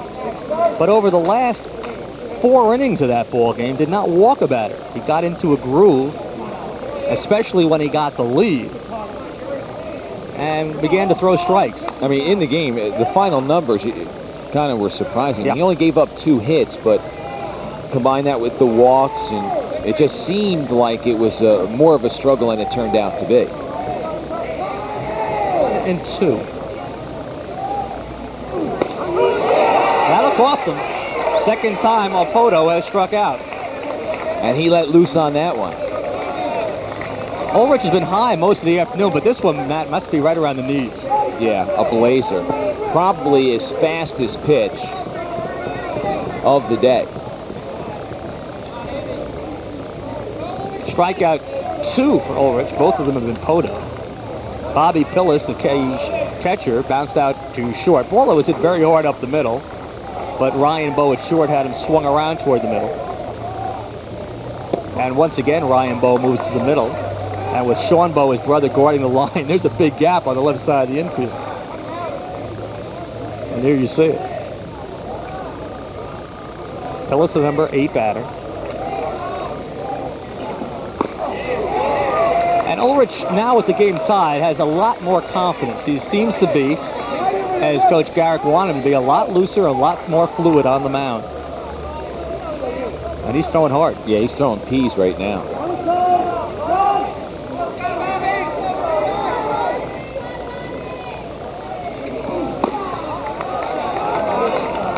One-on-one.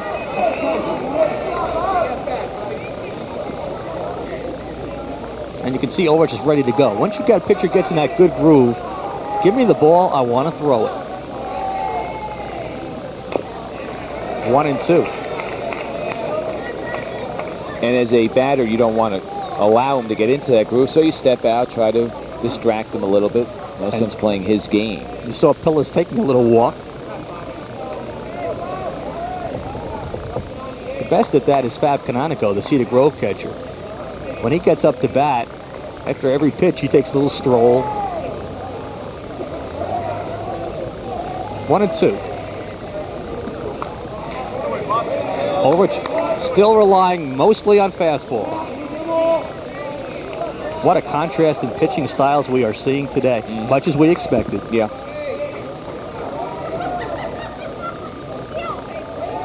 Ulrich, the hard thrower, 90% fastballs. Massler, probably 90% breaking pitches. 2-2. Oh, and the second straight strikeout looking for Rob Ulrich. Well, as it was with Poto, it's a fastball.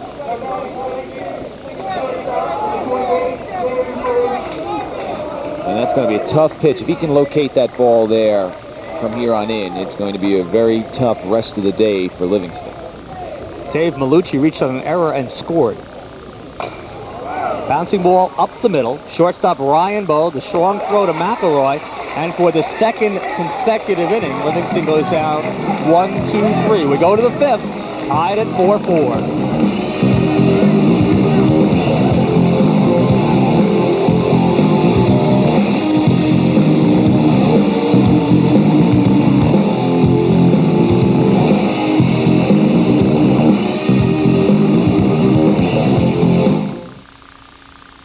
You're watching Suburban Cablevision TV3.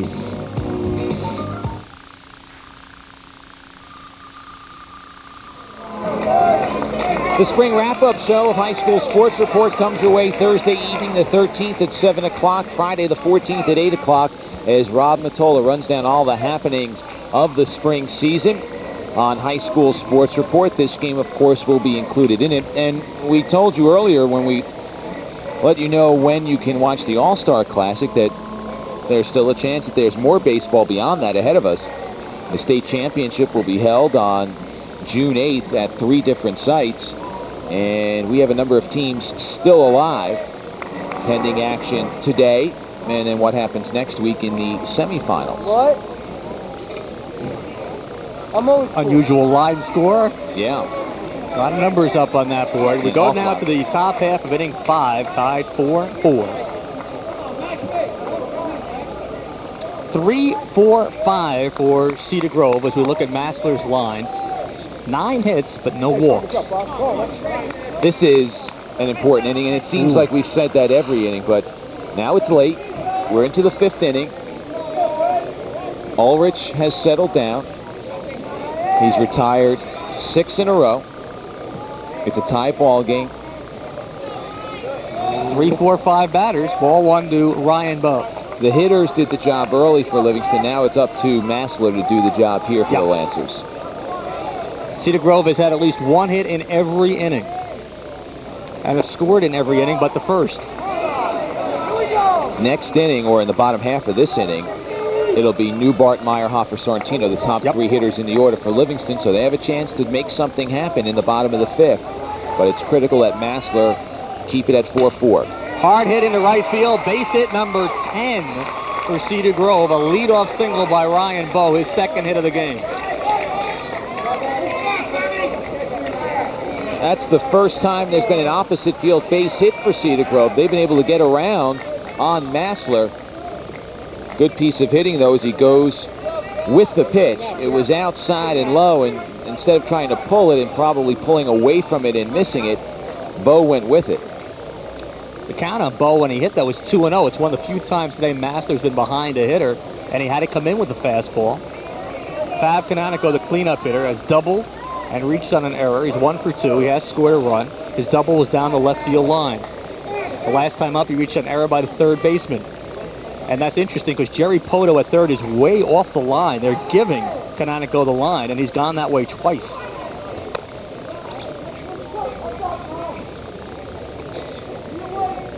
Poto at 3rd, almost looking for a bunt. I don't think Canonico is up here to bunt, but look how much room between Poto at 3rd and the line.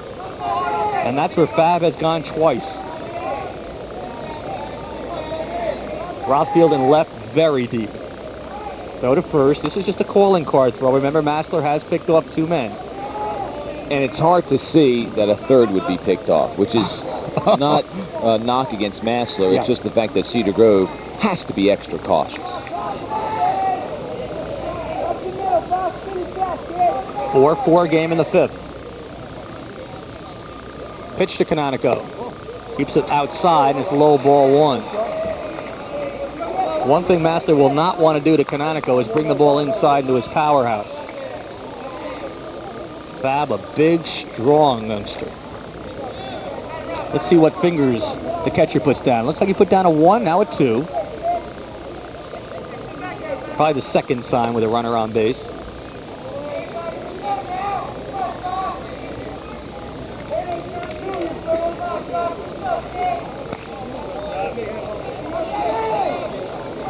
Let's watch Pillis behind the plate. 2 fingers he put down, you saw. This is a curveball. First, it's a play to first.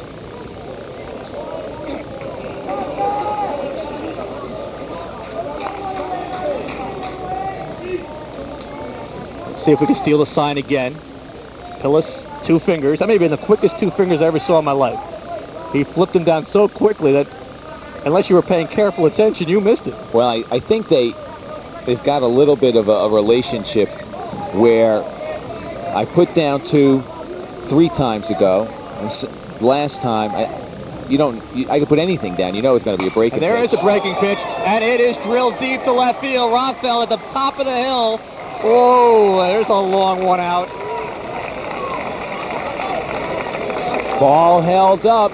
It didn't appear that it would off the bat. I think Canonico thought he had it a little better. Oof.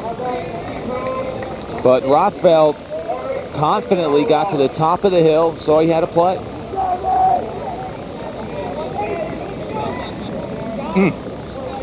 And don't forget, Rothfeld had not played the outfield until this year. Third baseman and a pitcher in freshman ball. One away for Eric McElroy, who has struck out twice. He has had problems with Massler. At first base, Ryan Bowe gets a bigger lead. Well, with a runner at first and nobody out and your cleanup hitter up, Bowe was not really much of a threat to steal. But now with 1 on and 1 out, Bowe has certainly got to be considered. And Massler well aware of it. He's 17 for 17 in stolen bases. I would like to have Newbart and Bowe on the same team. Boy, we would steal all afternoon. Newbart now 29 for 29. Bowe 17 for 17.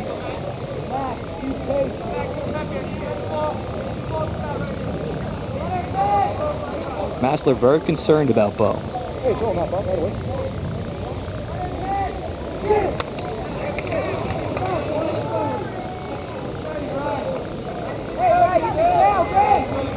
And that was Massler's A move to first base, and Bowe got in rather easily. That's the move that picked off 2 runners earlier. He's going. The pitch is fouled away.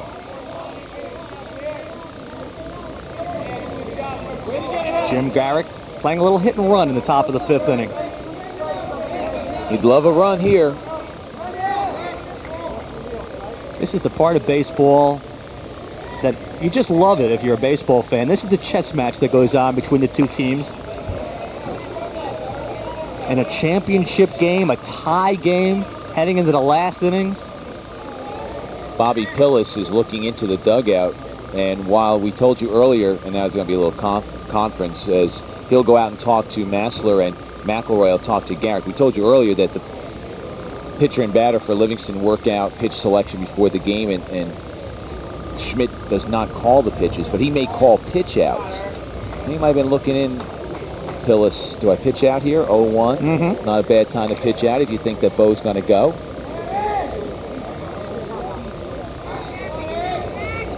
This game has slowed down noticeably. Every pitch has some importance to it right now. Count is 0-1 on McElroy. Another throw to first. Bowe back easily. Sorrentino, it doesn't matter if you're back by 10 feet or you're back by 10 centimeters, he slaps the tag on you. Runner goes. It's a bunt and run, and it's foul.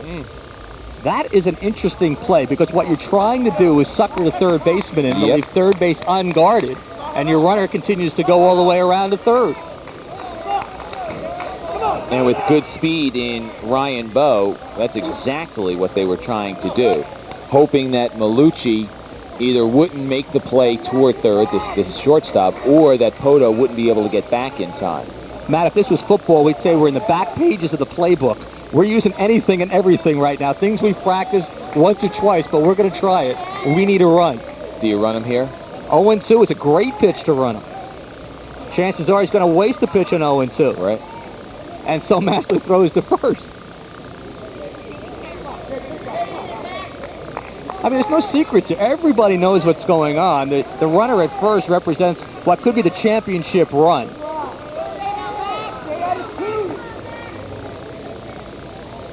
Runner is not going, and the pitch is swung on and missed. That is the 3rd time that Eric McElroy has struck out. Now there are 2 outs. Bo at first, and he seems to be able to get the fastball past McElroy. And we'll take a look at it. And the only reason I mentioned would he run him, you're right, Phil, 0-2 is always a pretty good pitch to run on because of the tendency for a pitcher to waste a pitch. But Massler is not a guy who wastes a lot of pitches. Nope. He has a tendency to make you hit the ball or go off stride. And perhaps Jimmy Garrick, sensing that, said, listen, I'm not going to risk my guy, who had struck out 2 previous times. Right, exactly. Getting into a strike him out, throw him out situation. They got him. That is the 3rd pickoff by Massler today. Ryan Bowe has been picked off twice, and he was definitely going to be going with 2 men out. That may be a big play because in the 5th, Cedar Grove comes up empty. It's now Livingston's turn in the 5th, tied 4-4.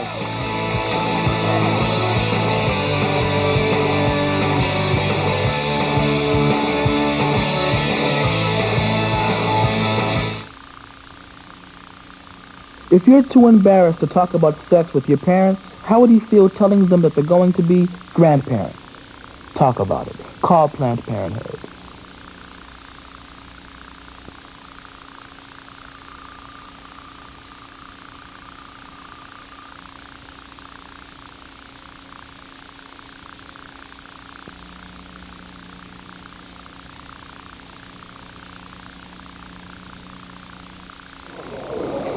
Well, the way Ulrich was pitching, you would have thought that those 2 runs would have held up. They looked mighty big when Cedar Grove scored them in the top of the 6th, but Livingston has played a gritty ball game, and they come back and tie it up. I got a quiz for you. How many batters has Ulrich hit today? 3. And how many of them scored? 3. All 3 of them. Oof. Hit Newbart to lead the game off. Newbart scored. Hit Conforti twice. Once in the 1st, once to lead off the 6th, and Conforti scored twice. Well, we go to the 7th inning. Remember when Conforti got hit to lead off the inning and he was upset? We said he should go out and say thank you. Well, that was a gift. We're going to have a pinch hitter for Cedar Grove. Eric McElroy, the scheduled hitter. McElroy, though, has struck out 3 times against Massler, so instead... We'll take a look at it. Bo leads. Oh, and if you do that, you might as well keep going because you're not going to get back. And Sorrentino gets the glove down just before the hand gets in. You know, when we're right, we like to point it out. Last inning, we said, you know, no knock on Massler, but he's not going to pick anybody off again because Cedar Grove has been burned twice, and they're just going to be extra cautious. And Bo, a little upset with himself. You can see the look on his face. He's upset that he got caught for the 2nd time. Yeah. Well, you know what happened there, Matt? With 2 outs, you know he's going to steal it. Yeah. And he wanted to get that extra step. And when you look down at the ground, and runners do that, that's the perfect time for a pitcher to wheel and throw. That split second is all you need. Well, will Livingston be able to take advantage of that opening? Top 3 hitters in the order. They got the men up. Yeah, this is their shot. Here's Newbart. Garrick was hit by a pitch, stole a base, scored a run. The steal for Newbart was his 29th without getting caught. Matt, the run was his 40th of the season. And you can see they'll do anything to get on base right now. Newbart trying to push a bunt down the 3rd base line. Particularly with Newbart, given the fact that he's almost a guarantee to be at 2nd. Down at 3rd, Sean Bowe way in. John Schmidt said that what Newbart has done for them is basically ended the need for a sacrifice bunt from your 2nd hitter. Yeah. Because he's in at 2nd almost all the time, and boy, that makes the 2nd hitter awfully happy. Foul toward the dugout. And then if you get Meyerhofer batting 2nd, hitting .338, you can see where Livingston, as they've made these changes after the 7th game, they've been on a 15-7 run in their last 22. Cedar Grove this year was the winner during the basketball season of the Officials Award for Best Sportsmanship from a School. I mention that because the sportsmanship here between Livingston and Cedar Grove is exceptionally good. Both sides rooting very heavily for their team, but that's exactly what they're doing. It's kind of a fun crowd. Yeah.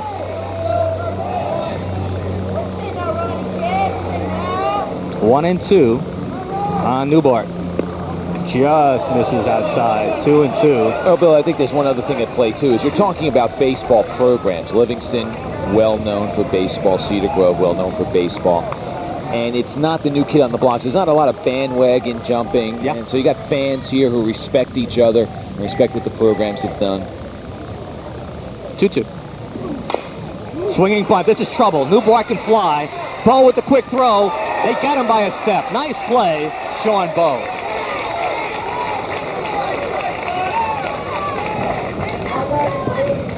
Bowe knows he's got to make this play quickly. He hustled in. You saw him kick it into an extra gear. He said, oh, that's Newbart up there. Get him by a step. And kick out the leg of McElroy as you go by. One away. That's 7 straight batters retired by Ron Ulrich. Sophomore Brian Meyerhofer has popped to second. Reached on error by third baseman Bowe, his last at bat. The Cedar Grove defense, the first couple innings, shaky would be a good word. The last couple innings, sparkling. Yep. The gifts that Livingston got in the first 2 innings, they're not getting now. Ground ball right side. Wolf on the convenient hop. 2 out. 8 in a row retired by Ulrich.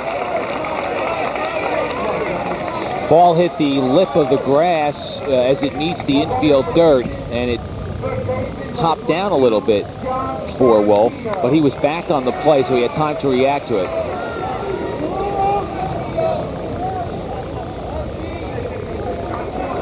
Sorrentino, the only left-handed batter in the lineup, has popped to second and singled to right.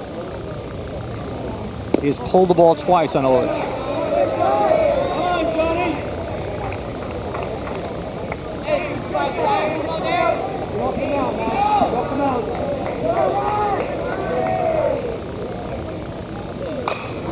Driven deep to right center. Panisi in center, back, and makes the catch.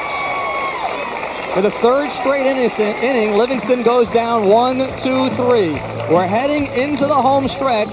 It's anyone game tied at 4.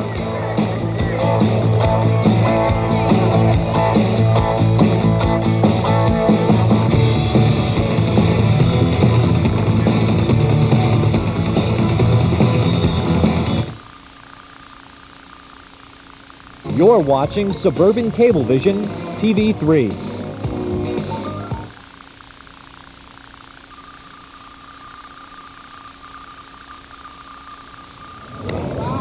It's that kind of a day. It's a baseball ice cream type of a day. It's the 59th annual Greater Newark Tournament Championship game. Who's going to win it? Well, to tell you who's going to win it, here's Matt Laughlin. All right, Bill, thank you very much. But before we get to that story, let's tell you when you can see the Meet of Champions. The best in New Jersey in track and field meet at South Plainfield, and we will show it to you the 14th of this month at 8:30 and the 16th at 3 o'clock on TV3. Paul Spahala will be on the call. Len Claypack will also be there. Young and old have come out to see this 59th annual championship game of the Greater Newark Tournament. Livingston jumped out to a 3-0 lead after 1. After an inning and a half, it was 3-2. After 2, it was 4-2. Then 4-3. And then 4-4. And that's where we stand as we go to the 6th inning. Josh Massler has struck out 6. He has not walked a batter, but he has given up 10 hits. He'll face Scott Barber, Ron Ulrich, and Alex Tabaz here in the 6th inning. Barber 1 for 2. Down the third base line, and the ball goes foul. Jimmy Garrick is going to argue that the ball was touched by the third baseman, and the umpires say no, as Paul DeCencio and Richie DeSimone confer. And they say, no, Poto did not touch it. We'll take a look at it. It did all of a sudden take a quick hop into foul territory. Now, it could have hit the line itself, or it hit the glove. Let's watch. If it hit anything, it hit his back foot. I don't know if we can see that again, but it may have touched his back foot, Matt. It did. It did hit his foot. Now, where does it hit his foot? Is the ball foul or fair when it hits his back foot? It's a fair ball. Yeah. It hit his back foot. And now Paul DeCenzio is going to go over and talk to Jack Venezia. It's not Jack's call at first base. Paul and Richie saying it was a foul ball, and that's the way it'll stand. You know what's happening there? The umpires are watching the glove to see if the glove hits the ball. And when it didn't hit the glove, your instinct is to not watch. And it misses the glove. Watch, it misses the glove completely. He picks the glove up. But watch the back foot. Watch, the glove's out of the way. The back foot hits it.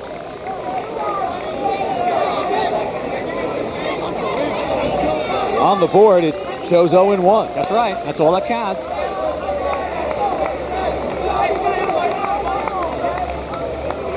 Barber singled and scored in the second. There was an infield hit. And he struck out looking in the fourth. Bunted again, but up in the air, and there's one down.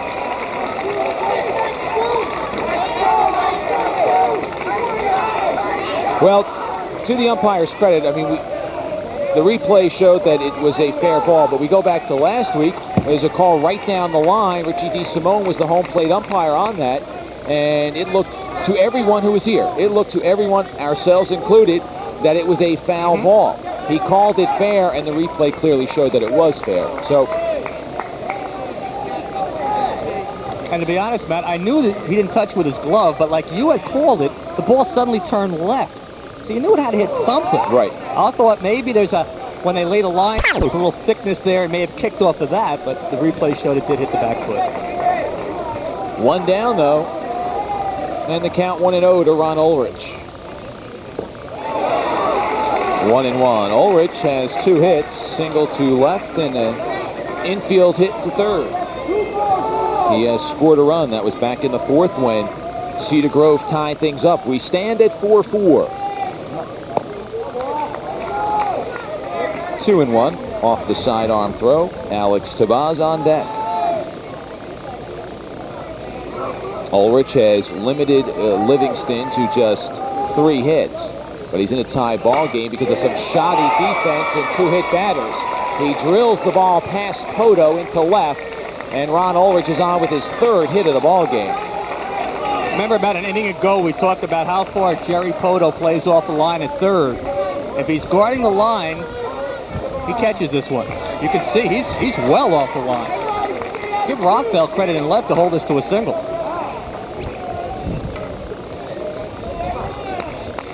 So a 1-out base runner for Cedar Grove. And here's Alex Tabaz. Tabaz had a bunt base hit his last time up. So he pushed the ball past Massler at the mound, and there was no play that Sorrentino, the first baseman, could make. 4 pickoffs in one game? No. Twice in the first and once in the fifth. Bunt attempt by Tabaz, and it's 0-1.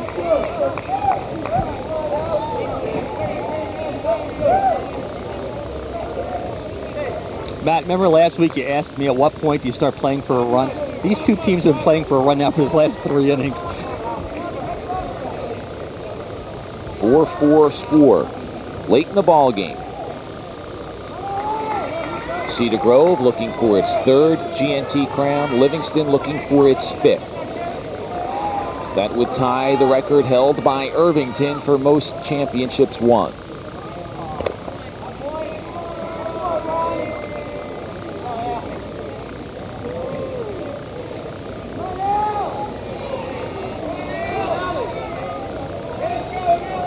Beautiful day for baseball. Warm spring afternoon. That one a little closer. Ulrich back. And Ulrich did not have a big lead. You can see he's only maybe 2 steps from the bag. Massler gets it there in a hurry.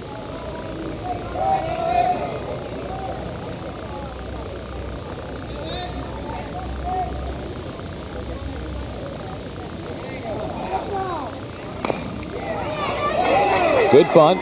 Tag play made. No, the ball comes free.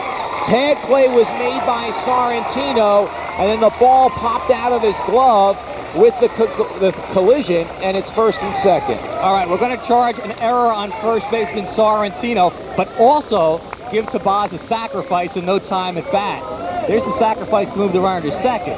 But now Tabaz reaches. Watch the swipe tag by Sorrentino and the ball. There it goes, rolling down the road first base. Runners at first and second, one down, and Vinny Panisi stepping to the plate.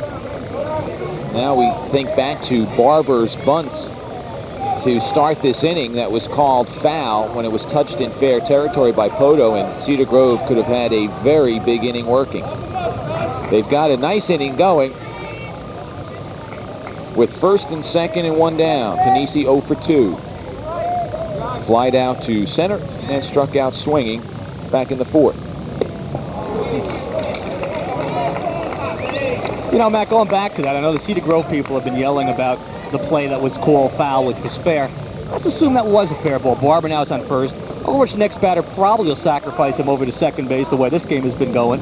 So the situation as it is now, first and second and one out, is not unrealistic to what it might have been anyway.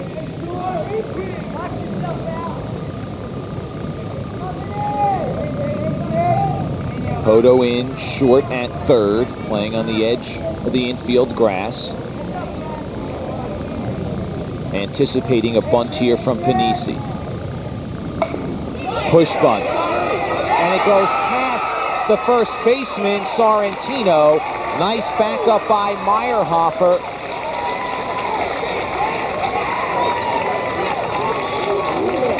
They flashed error on the scoreboard. Again, charge a sacrifice and the error. The official score rules that this ball should have been caught by Sorrentino. He's trying to get rid of it quickly. Backing it up is Meyerhofer. Sacrifice for Panisi. No time at bat. The error allows him to reach first. And the bases are loaded. And the top of the lineup.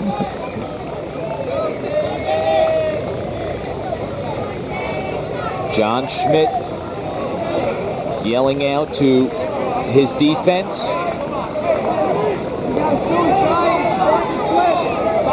Right now he's got the infield playing deep. And he was talking about what to do with a suicide possibility. He said we've got to flip play at home because there is a force if Wolf is asked to suicide here. Infield in at the corners, double play depth at second and short.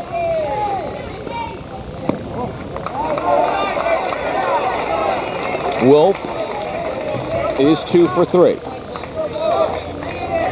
Warm-up action in the Livingston bullpen. That's Jeff Goldklang.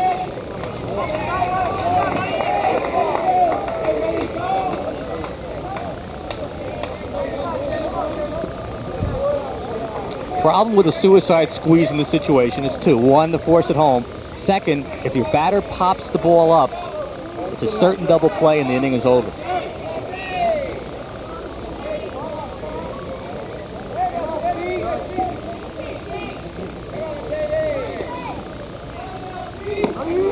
One and one. Wolf looking down to Garrick at third for the sides.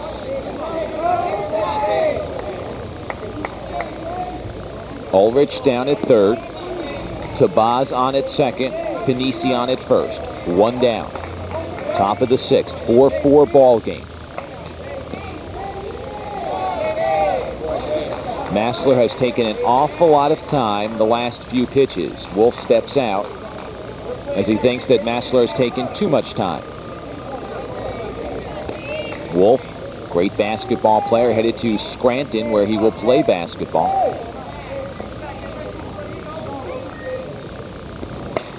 Fouled over the first base dugout and out of play. It's 1-2.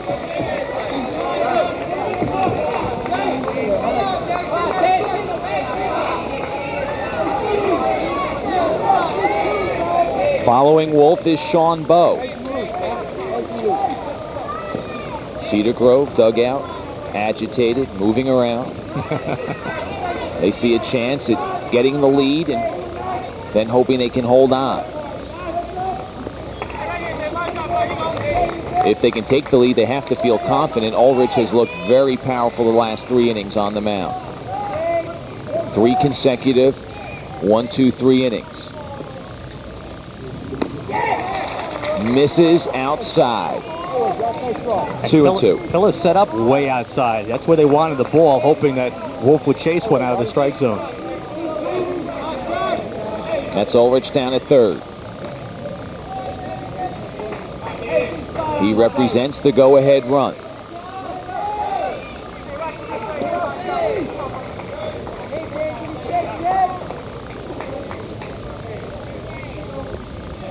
Phillips setting up outside again. Chopper.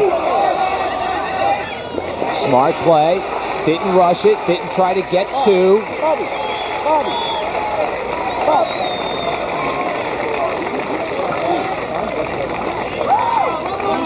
Well, swing and bunt right back to Massler. All he's got to do is get the force, and very wisely takes his time. The nice overhand toss. There's a second out. And it really now is up to Sean Bowe. He had plenty of time. The tendency there is to rush it because you're concerned. You know the runner's coming down the line. Or with the thought, although I don't know so much in that instance because it was a little bit of a chopper, that you might be able to get a home to first double play, not with the speedy Wolf up.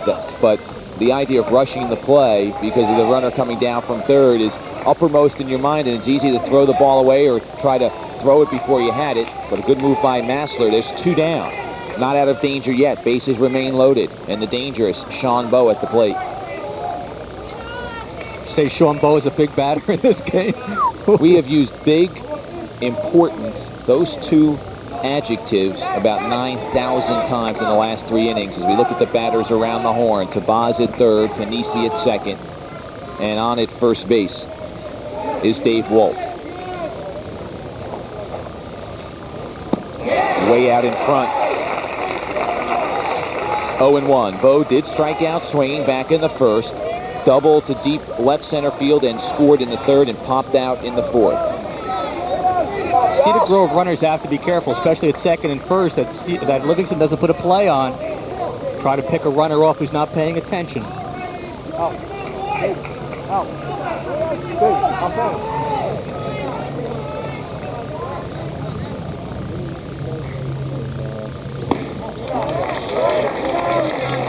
1-1. Ryan Bowe on deck. The crowd explodes in noise and cheers after the pitch, and now quiets down. Tense moment in the ball game. Tied 4-4, top half of the 6th inning. Bases loaded, 2 down.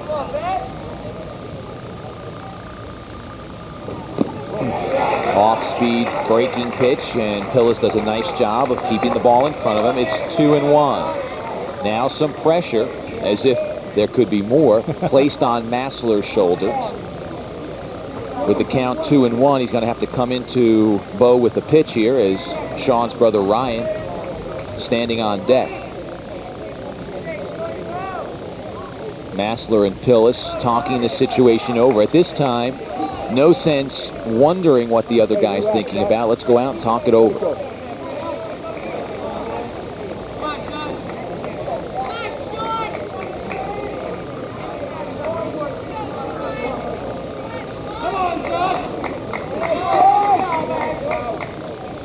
It's almost like the crowd was begging their will on this pitch. Massler continues to play a mind game with the Cedar Grove batters. Takes an awful lot of time up there. Wolf stepping out, now back in.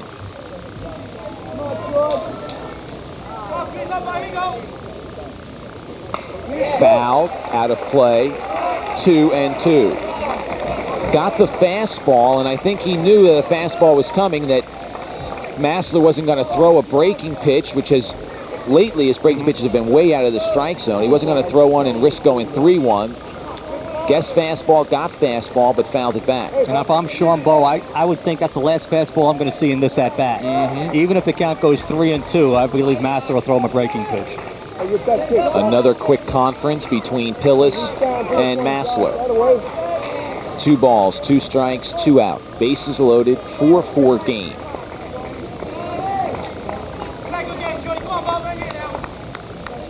Setting up inside. Inside just misses. And he gave him the fastball. Whoa. And the count is full at 3-2. The runners will be moving on the pitch. 50% of the people thought Paul DeCencio got that call right. That's the life of an umpire. You're half wrong all the time. That's right. The Livingston fans thought it was a call third strike. The Cedar Grove fans are pleased with the call.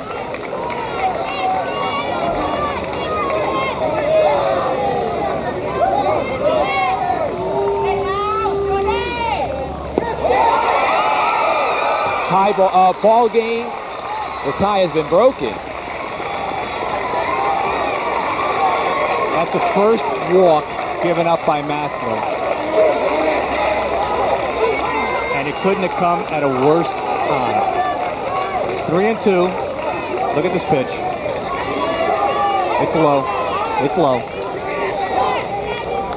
And now Scott Parsons goes to the mound to settle Massler down. Right now it's 5-4, Matt. Ryan Bowe could break this game wide open. Yeah, and that's why Parsons out there. Getting out here, and we're still in the game. All right. Look at those numbers. 7 errors in the ball game.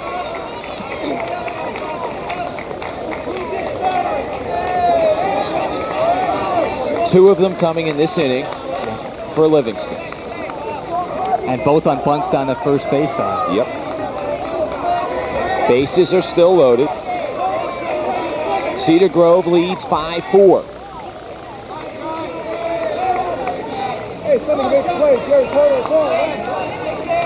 Bowe singled in the first, singled in the fifth. Grounded out in the third. Chopper to third. Poto's only plays across the diamond, and he is safe. The throw pulls Sorrentino off the bag. Third error of the inning. And it is 6-4. And this will be an error charge to third baseman Poto. It's a very tough play. He charges it. I first thought he might try to go back to third for the force, but he looks up and goes to first. The throw will pull Sorrentino off the bag. Matt, Cedar Grove has taken the lead on balls that have not gone more than 70 feet. They have taken advantage of the infield miscues, however, as Livingston did back in the first inning. 5 errors in the ball game, 3 in this inning for the Lancers. And it is their defense, which was such an important part of their 15 out of 22 run, that has taken them to this GNT final. The defense has abandoned them here at a critical juncture. Fab Canonico, 1 for 3 with a double.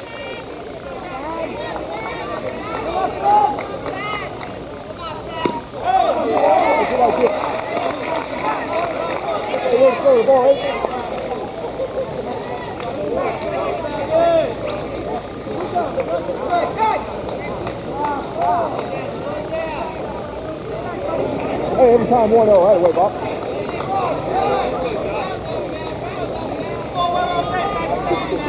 Hey, next pitch right here, drop. This at-bat could take a while. Canonico's no any rush to get in there. Massler's not in any rush to throw it. I think I'm going to go get a cigarette. I'll be right back.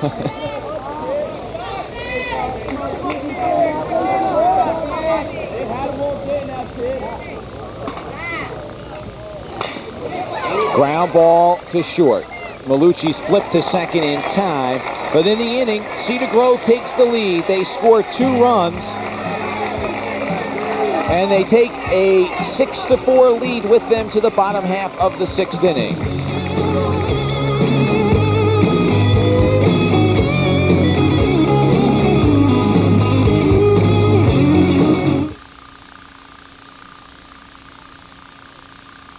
You're watching Suburban Cablevision TV3.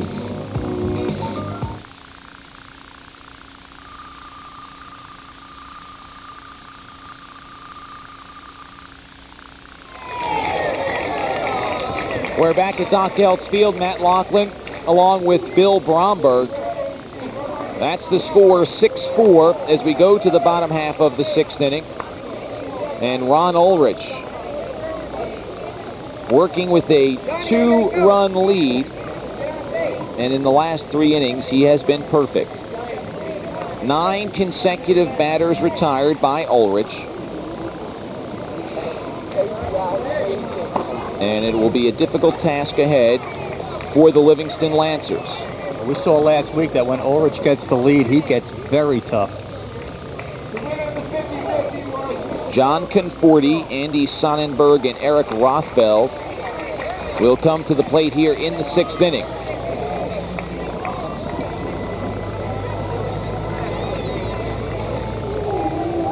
Livingston not out of it quite obviously, but the way Ulrich has been pitching, it will not be easy for the Lancers. Ulrich has struck out 3 in 5 innings of work. Has given up 4 runs, just 2 of which are earned. Looking to win his 10th game of the year. Enter the game at 9-1. Conforti is 0 for 1. He was hit by a pitch in the first and scored. He grounded out to short in the 3rd.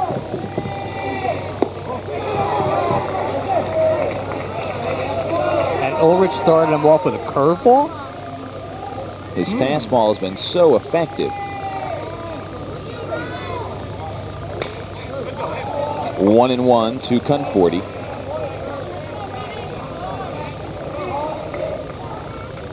There have been times when it looks like Ulrich is trying to aim the ball. He's not letting loose.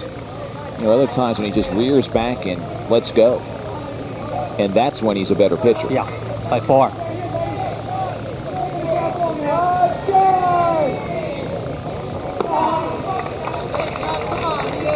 Two and one.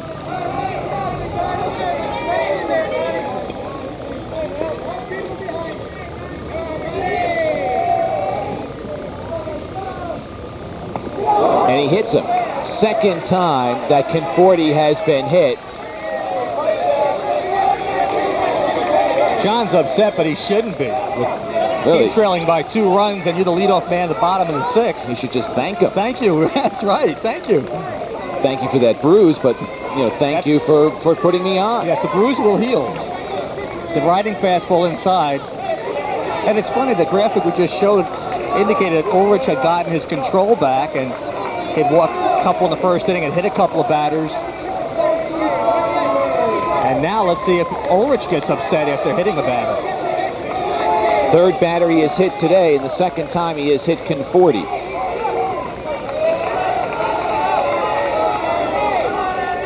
Sonnenberg had a hit to drive in the first run of the ball game, and then he has flied out to left field. Remember what you said a couple seconds ago, Matt, about Ulrich aiming the ball? He aimed that last pitch after hitting Conforti. Let's see what he does here.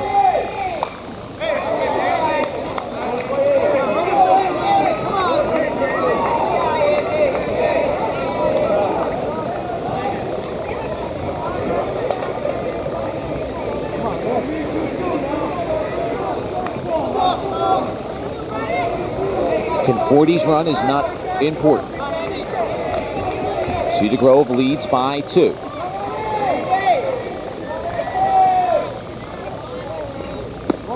Breaking pitch, play down to first. Conforti back in.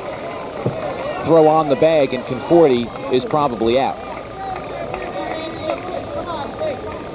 2 balls and 1 strike to Sonnenberg. Eric Rothfeld on deck.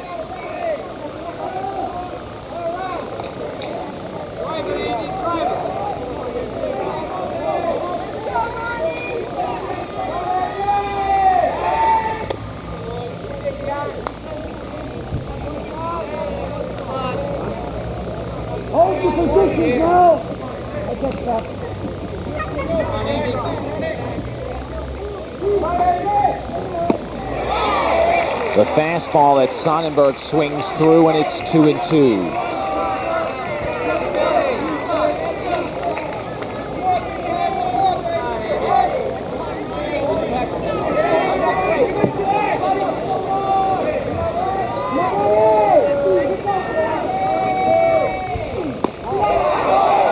goes full. Second time today that Ulrich has gone to a 3-ball count. And Ulrich, after that pitch, slammed at the dirt. Watch the pitch. It's going to be high. It's up a little bit. And then he just, bam. Ulrich went full to Sorrentino back in the first. And a walk. The first walk of the ball game given up by Ulrich, and the tying runs are on. And Jim Garrick, I think, needs to go out right now and talk to Ulrich. He's upset. He hit a batter. He wasn't happy with the call the umpire made. He's got to gain his composure. Hey, Ron, you have a 2-run lead right now. You have a pinch runner also for Livingston. David Alfano comes into the game. Alfano, a junior, and he is a reserve outfielder. With a runner ahead of him, you're not thinking about a stolen base, but he does have 8 stolen bases, and so he's got the speed. That's what he's in there for, the speed. Well, here's a dilemma if you're a coach. You probably want to sacrifice to move the runners up, but the next 3 batters are 7, 8, and 9. And Rothfeld has been swinging a hot bat as of late. Grounded out to short his last time up. That broke a 4-for-4 streak. And now Jimmy Garrick will come out and talk to Ron Ulrich. Ulrich did not like the call on the last pitch. Second appearance at the mound today for Jim Garrick. His team leads by 2. We're in the bottom half of the 6th inning. They scored 2 last inning to take the lead. But Ulrich here in the bottom of the 6th has hit a batter and walked 1. And runners are at first and second. As he was coming off the mound, Jim Garrick gave a little indication to where that pitch was, or where he thought it was. A little sign language for Paul DeCencio. Maybe it was just saluting him. You never know. 1-0 the count. Infield a double play depth. McElroy in at the edge of the grass at first. Schaumbo even with the bag at third. Strike call on the corner. It's 1-1. Rothfeld's acting like he didn't like the call, but Rothfeld had the take sign on that pitch. They're going to make Ulrich throw strikes.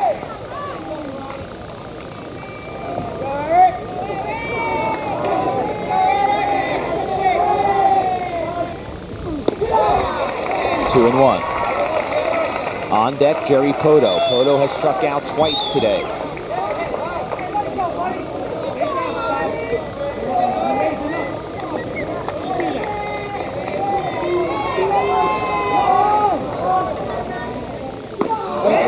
Laid off the high pitch, and it's 3-1. So Ulrich, who before this inning had gone to just 1 3-ball count all afternoon, has gone to a 3-ball count on consecutive batters. And after retiring 9 straight batters, he's in danger of allowing a 3rd consecutive runner. Call, strike 2. Count is full at 3-2. Think the runners will be going? I doubt it. I don't think so. Although with the speed they have on, a ball in the gap would tie the game up. However, you run the risk of strike them out, throw them out, and taking you out of a potentially big inning. Conforti's lead a little too big for comfort for Ulrich. John Schmidt, the first-year head coach, down at the third base box. The runners do go. Fly ball to right side and foul. Long run for Tabaz, the right fielder, as Rothfeld went with the pitch and went right side. Well, that's why John Schmidt is coaching this team, and we're not. He had him going with nobody out. Will he do it again? If you're Rothfeld, no reason not to. Yeah, if you're Rothfeld, you know you're getting a fastball.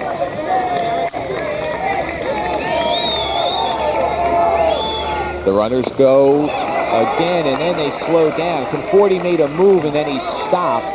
Alfano behind them, the same thing. Count holds at 3-2.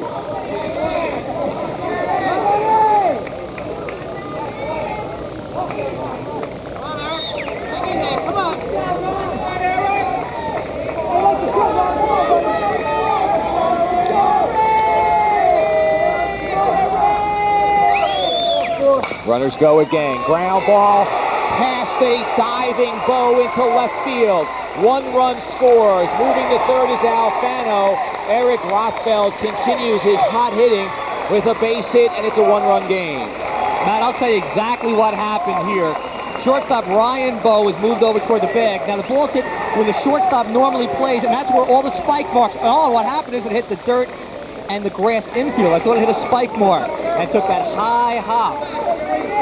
It's now 6-5. There's still nobody out. Second RBI of the day for Rothfeld. He has 20 on the year.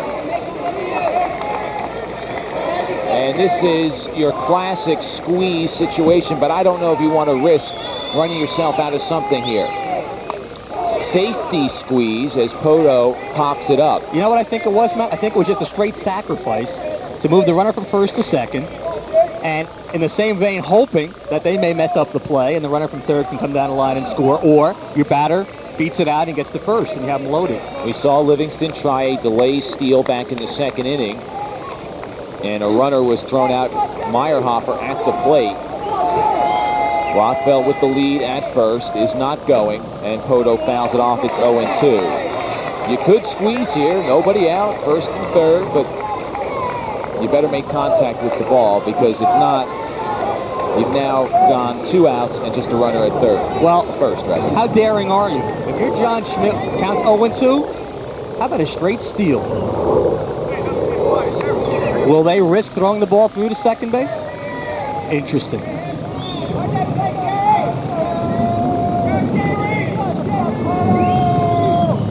Rothfeld does not go as they pitch out. Jim Garrick thinking that perhaps Schmidt would send Rothfeld. He must have read my book, man. 1-2 the count to Poto.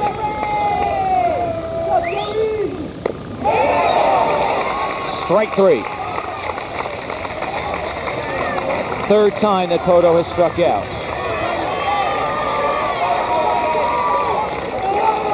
1 down. And with 2 strikes, anything close, and that's not even close. That's right at the belt, down the center of the plate. 4th strikeout for Ulrich. And here's Bobby Pillis. Pillis, a strikeout victim in the 4th, grounded out in the 2nd. Well, if you're going to squeeze, you're going to do it here. Yep.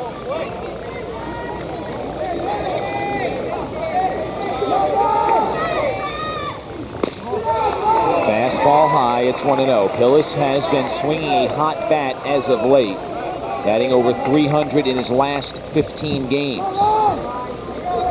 Normally we say you squeeze on the second pitch, but with the count 1-0, you now have another pitch to play with.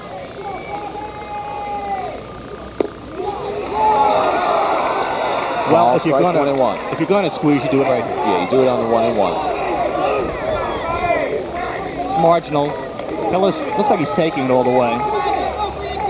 Nice job by Canonico to bring that ball up as the catcher. Bow at third is holding the runner on, Matt. So Cedar Grove thinks something might be on. They want to make Alfano delay any move toward home as long as possible.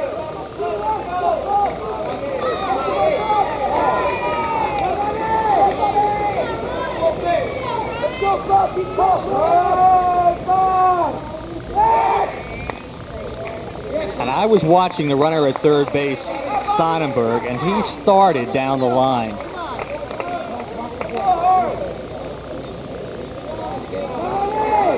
That's David Alfano, who came in to run for Sonnenberg. The pinch runner.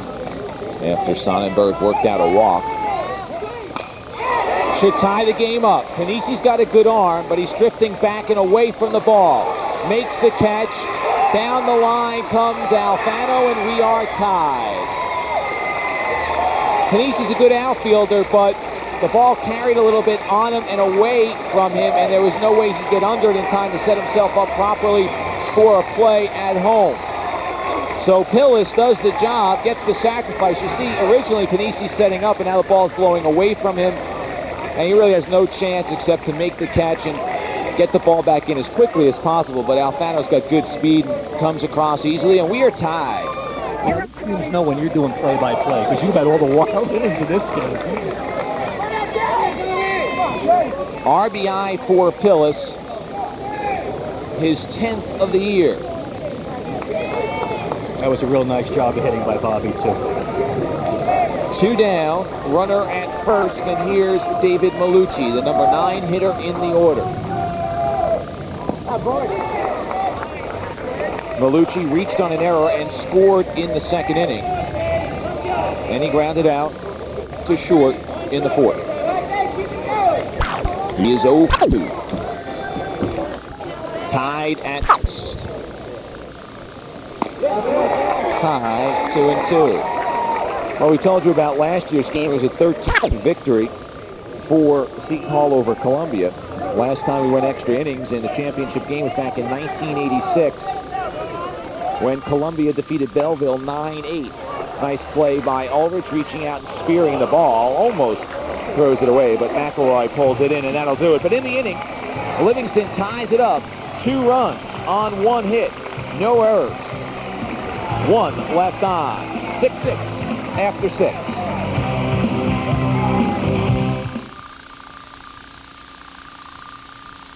You're watching Suburban Cablevision TV3.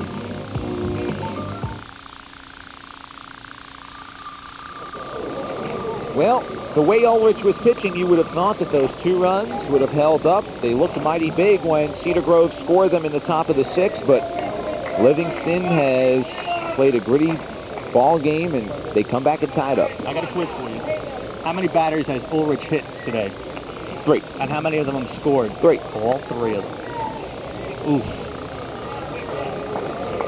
Hit Newbart to lead the game off. Newbart scored.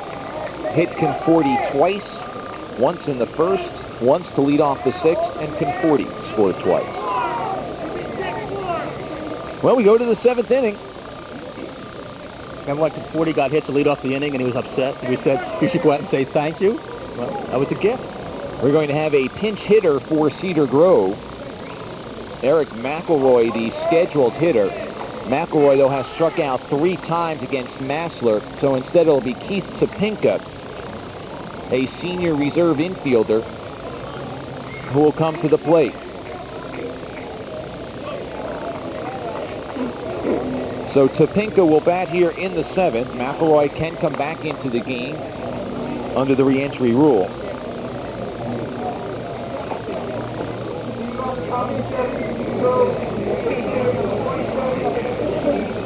Topinka batting .233.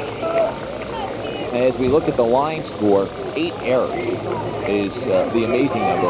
The other amazing stat is Cedar Grove out hitting Livingston 11-4, but Livingston taking advantage of the errors and hit batsmen, and they add it all up, and we got a 6-6 game. Topinka batting .233, home run, 8 runs batted in. He also has been hit 4 times by a pitch. That ties him with Vinny Panisi for team high.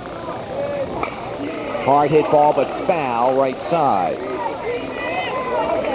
McElroy, that's a good piece of strategy by Garrett. McElroy had all sorts of problems with Massler, and to put Topinka in now to pinch hit's a very strong move.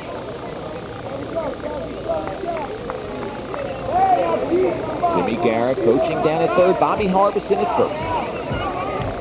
Bobby Harbison was involved in an extra inning GNT final as a player for Nutley back in 1984. Breaking pitch for a call strike. It's 0-2. I wasn't going to bring that game up. I had promised you I wasn't going to mention that game. We take a look at the 0-1 pitch. Now, Topinka hasn't seen Massler all day except from the bench. Now he's got to get up there with the lumber or the aluminum and face him. That ball really dropped off the table, too. High with the fastball. It's 1-2.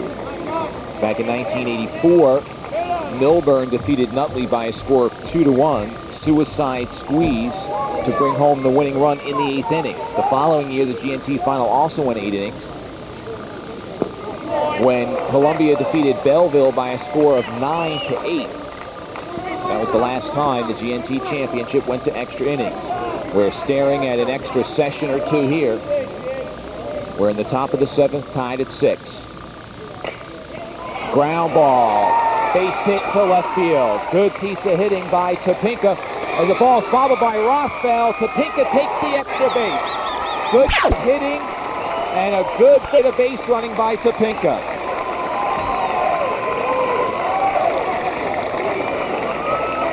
Topinka, the pinch hitter. Just a ground ball in the hole in the left field. Now watch out in left field. Right to Rothfeld. That little stumble cost the base. And that base in this game at this time could be very important. And it comes free of its anchor once again, and we had a bit of a delay. Rothfeld, and you could see it clearly on the replay, he was looking to the runner before he had the ball and didn't make the play. And that enabled Topinka to move on to second. So an error on the base hit for Topinka, and an error charge to Rothfeld. Never had the ball in the glove when he looked up. And you know, you got to give a lot of credit. That ball did not get far away, and very far away for very long. Topinka represents the go-ahead run. Scott Barber, 1 for 3, singled, and scored a run in the second inning.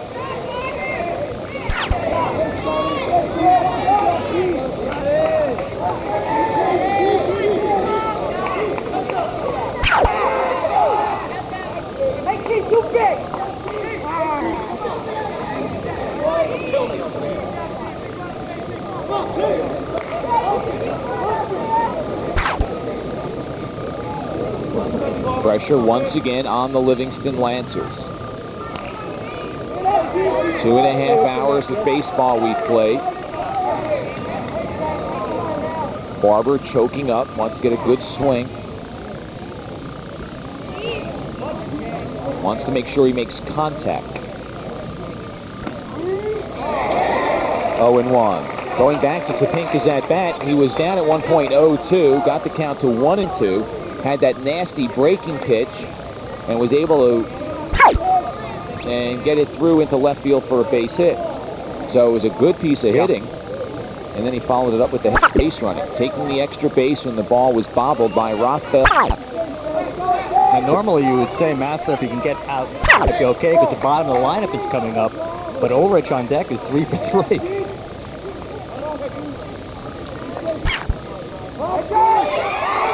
Pickoff play, and back in time is Topinka. They had moved Malucci behind him. Malucci took the spot, and hoping to catch Topinka on they slid Meyerhofer behind him. It's a good play in that you figure he's looking for the shortstop, but he got out from the Cedar Grove grandstand. About 50 people yell, watch it. Anyway, Dave. 0-1 the count to Scott Barber.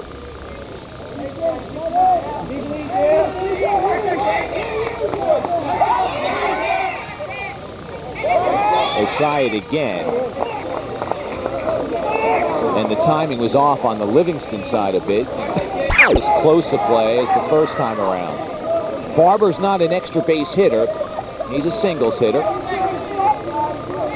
His infield hit in the second was his 12th of the year. He only has 1 extra base hit.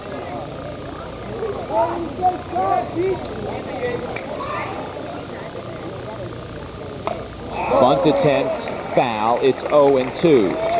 And the way that Barber bunted at that ball is as if he was bunting for a hit. And in this situation, you don't need the hit. What you need is to get the runner to third. And in that case, if you're going to bunt for the base hit, at least try to then push it up the first base side. You're kind of running that way anyway, trying to get that running start on the bunt.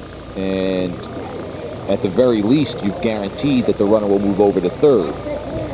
Now he's got himself in a bit of a hole, and he's got to have a good piece of defensive hitting in him if he's going to move Topinka over to third. Seems like we have a delay between every pitch. Yeah, the last couple of innings, that's the way it's gone. Massler has struck out 6. He's walked 1.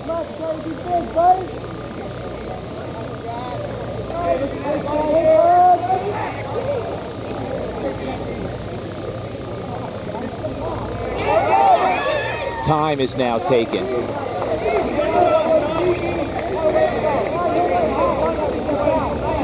Twelve hits yielded by Massler. 5 errors committed. by Livingston.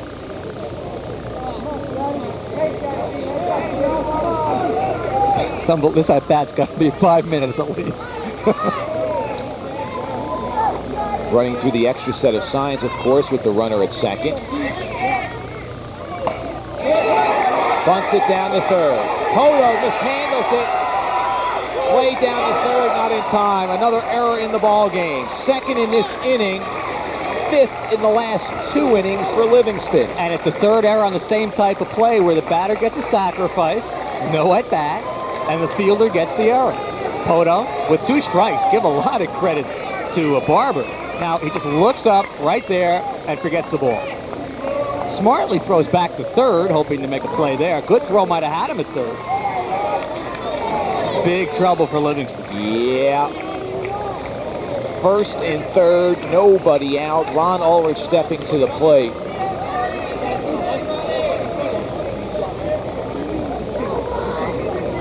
Ulrich 3 for 3.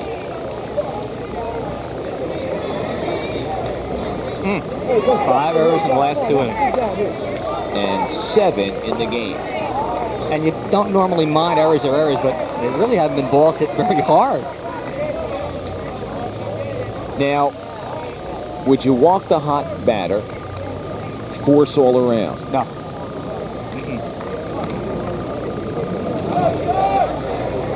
You have 7, 8, and 9. You don't want 8, 9, and 1. You're really hoping. The key batter here is Ulrich. He's been the hottest batter. And if you're Jim Garrick, you're not squeezing here. You're looking at possibly a big inning and break this one open in the 7th. Now, if there was 1 out, strategy would be totally different. But with nobody out, Ulrich is the big man here for both Massler and for Ulrich. Keith Topinka down at third. Scotty Barber on at first.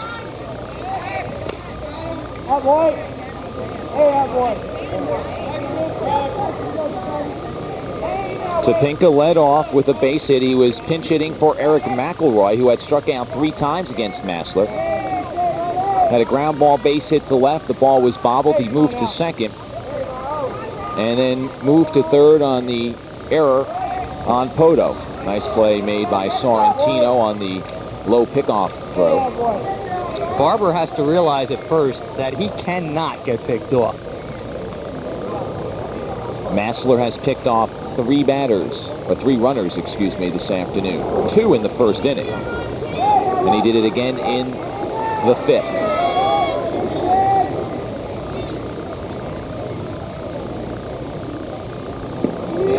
Call strike on the breaking pitch. It's 0-1. Ulrich shakes his head, no. That's a good pitch not to swing at. There's nothing much you can do with that but pull it foul.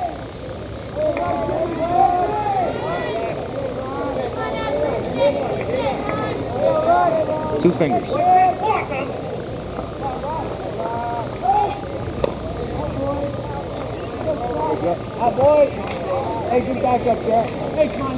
Crowd, as it was last inning, has gotten very quiet once again.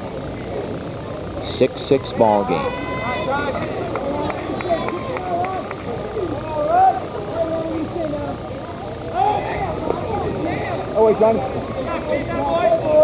Massler continues to work on Barber at first. Over the last 2 innings, I think Massler has thrown more times to a pickoff than he's made pitches to the plate.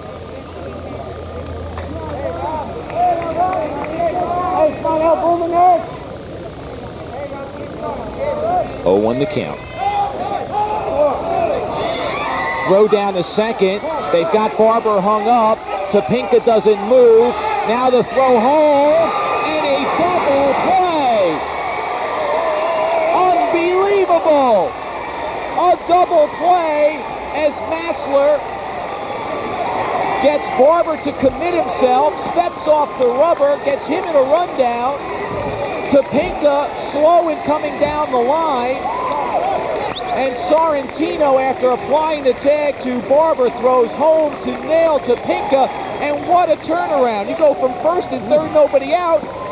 The bases cleared at 2 out. There's the fake. The first time I've ever seen this work. This is a terrible play by Barber. Now Barber's going to get hung up between first and second, but watch down the line at third to Pinka. He waits, he waits, he waits. Now he should have broke right there. There's one out. Quickly, Sorrentino wheels, throws home. Watch the tag. Oh, that could be the biggest turnaround in GNC history. Unbelievable. And Matt, I was watching the grandstand. On the third base side, standing ovation. On the first base side, shock.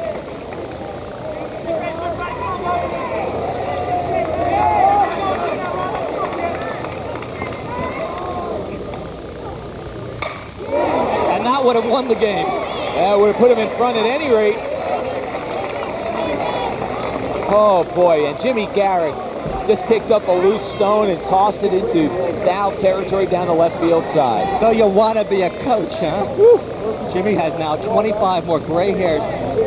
And you got to give really Livingston the credit rather than Cedar Grove the blame. I mean, Barber did the wrong thing. He got picked.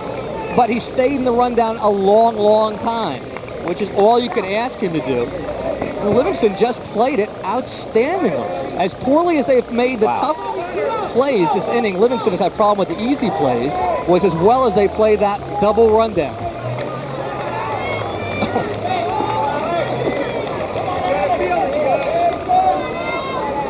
Alex Tabaz, the batter.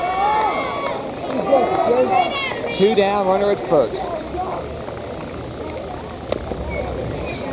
Well, if Livingston wins this game, Matt, the only play they'll talk about until the next GNC rolls around will be that rundown. Come on, Josh. Hey, fair down, right now, Josh, fair down. Foul down play. You know, Masco gives you the whole show. Ooh. Off speed, junk ball thrower, head motion, body motion, a little herky-jerky. I think I've asked you sometime earlier this year on a similar play, first and third, where you fake the third. Matt, have you ever seen that work? Well, the answer now is yes, we have. Yeah. Not in the conventional way you see the pitchers try to pull it, but it worked. Ulrich back. The way most pitchers try to hope it works is that you wheel and fake and hope the runner at third is taking a step off. Instead, they get the full-fledged rundown between first and second and still have time to get to Pink at the plate. Unbelievable. Fouled out of play by Tabaz. The count is 0-2. Let's go back 1 week. It looked in the fifth inning like Eastside was going to beat Cedar Grove. They had a big rally going. Eastside did not score. Cedar Grove avoided the runs, came back in their half of the inning, and blew the game wide open. This week could be just the reverse. Well, in the bottom of the seventh, it's the top 3 hitters in the order for Livingston: Garrett Newbart, Brian Meyerhofer, and John Sorrentino. But the Lancers have to get out of it here. 0-2, 2 out, and a runner at first. Unbelievable turn of events. And what a turn of emotion. Short pop. Newbart plays a short center field going out as Meyerhofer can't make the play. Ulrich holds at second. Newbart plays a short center field but couldn't get to it.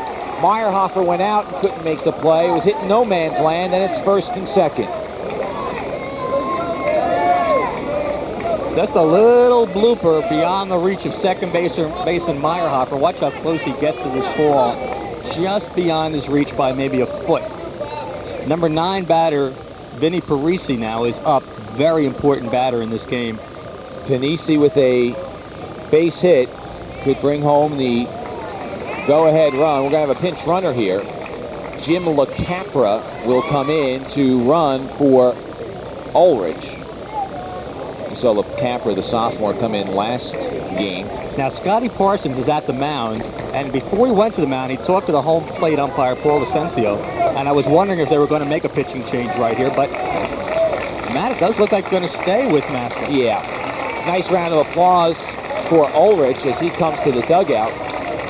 What might have been coulda, shoulda, wouldas that are going through the minds of the Cedar Grove coaching staff, fans, and players.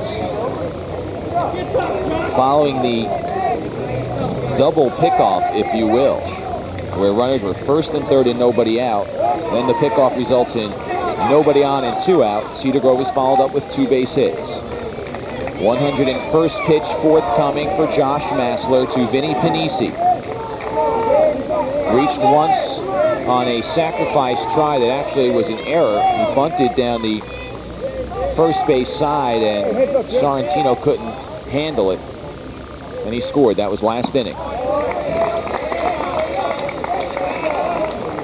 It would be amazing if Cedar Grove were able to come back from that deflating play and still put a run up on the board. And Ulrich lost in all this is now 4 for 4. And after that double play was the one who started it back off with another single. Jeff Goldklang has now made his way to the Livingston bullpen. He warmed up earlier in the game, and he's back loosening up once again. There he is. He's about to loosen up, number 49. Left-handed pitcher and a senior. Breaking pitch misses. It's 2-0. We have seen a bit of everything this afternoon, folks.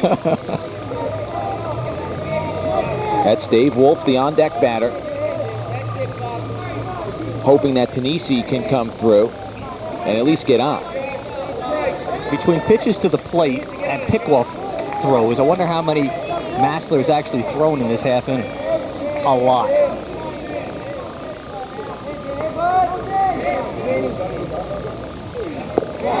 Three and out. Walk loads the bases. Tillis wants to talk it over with Massler.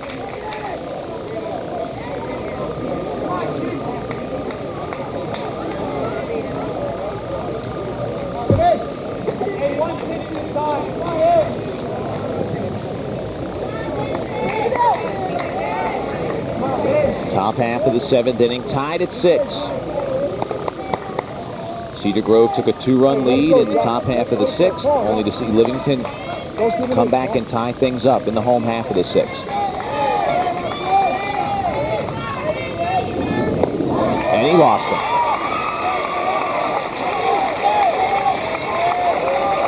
Second walk of the ball game issued by Massler, and the bases are loaded. Coming to the mound now is John Schmidt.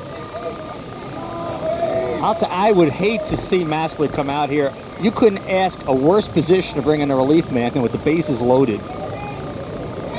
And I don't think he's going to make a pitching change. I think he's just going to give him an old whiplashing on the mound and tell him that, hey, defense got you this far. Now it's up to you, big guy. Meanwhile, Dave Wolf speaks with Jim Garrick. Now he's going to make a change. That might have been his 4th appearance. I'm thinking back, I lost count, to be honest with you, but it might have been his 4th move. Anyway, nice round of applause for Josh Massler, and what a situation for Jeff Goldklang to come into. Goldklang 6-5, 4.56 earned run average, has pitched in 43 innings, but there's some big numbers, 17 walks in 43 innings. So he has a touch of wildness in him. It's something else we have to consider. And he warmed up on a flat mound. Yeah. He's now going out to a steep hill. He's going to be falling into a hole that right-hand pitchers have been making use of for the first 6.5 innings. And now as a lefty, he's got a different follow-through. And he has no margin for error. On the other side of the coin, he is a hard thrower. So he is something that Cedar Grove has not faced today. They have been used to the off-speed, the junk of Josh Massler, and now they're going to see the hard stuff from Jeff Goldklang. And you saw that breaking pitch. That's the kind of breaking pitch that he has. Big roundhouse breaking pitch. And it goes with a good fastball. And a lot of pressure now on Bobby Pillis, the catcher, who has been watching a right-hander throw a lot of breaking stuff. Ball gets past him. The runner scores from third. This could be the longest half inning where a run is not scored that I could ever remember. At least not yet. Bases are loaded. The inning started off with Keith Topinka batting for Eric McElroy. He grounded a base hit to left. Rothfeld bobbled it, and Topinka moved to second. Scott Barber then came up in a sacrifice attempt, laid a bunt down the third base line. Jerry Poto couldn't handle it, and runners were at first and third, nobody out. And after a big cat-and-mouse game with Ron Ulrich at the plate, Massler threw over a number of times to first, trying to get Barber. He then faked a throw to third, got Barber committed, going to second, proceeded to get Barber in a rundown. Meyerhofer, the second baseman, flipped the ball to Sorrentino, the first baseman, to apply the tag. Sorrentino wheeled and threw home to get Topinka coming down the line trying to score. And at that point you said, hey, Livingston's out of this inning. They went from first and third, nobody out, to bases cleared and 2 out. And then Ron Ulrich with a base hit to left, Alex Tabaz with a pop single to center, Vinny Panisi to a 4-pitch walk, and Jeff Goldklang comes on, and he will face Dave Wolf, the senior second baseman. Wolf 2 for 4 today. This is 5th at bat. Wow. Down at third base is Jim LaCapra, who came in to run for Ulrich once Ulrich reached second base following the base hit by Tabaz. And the first pitch is a strike. Wolf was taking all the way, and Goldklang, to his credit, threw it right over the plate.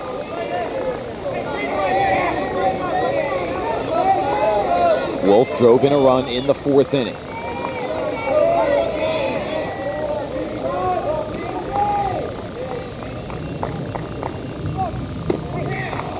One and one.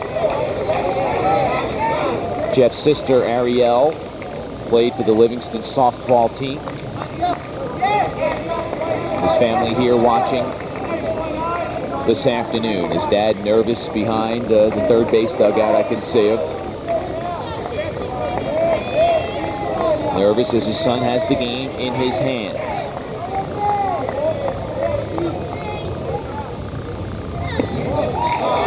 Just missed 2-1. No place to place Wolf. LaCapra down at third, Tabaz at second, Panisi on at first.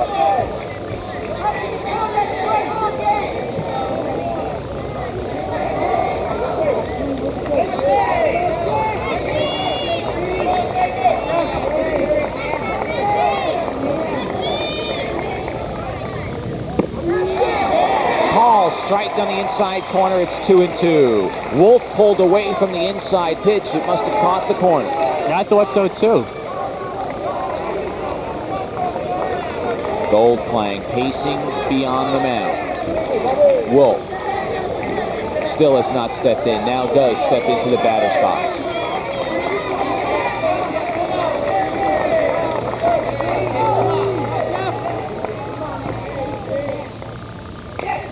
Just got a piece of it. Off the top part of the bat, count holds at 2-2. Feel this crowd reacting almost as a crowd you would see at a tennis match. Noisy between points, if you will. Noisy between pitches.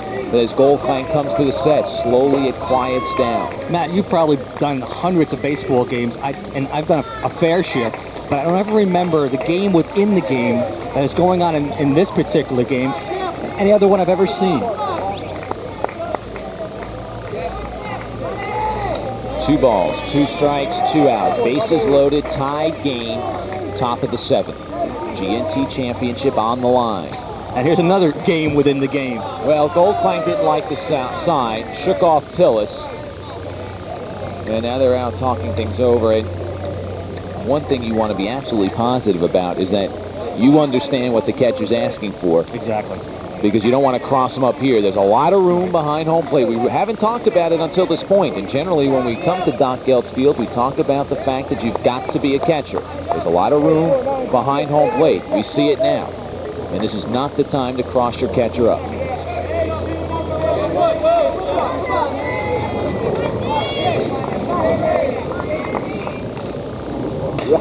Popped it up. Sorrentino calling for it, and he puts it away, and Goldklang comes in and puts out the fire as he retires Wolf on the pop-up to first in the inning. No runs, 3 hits, 2 errors, 3 left on. Huge numbers, but the important thing is it's 6-6 going to the bottom of the 7th.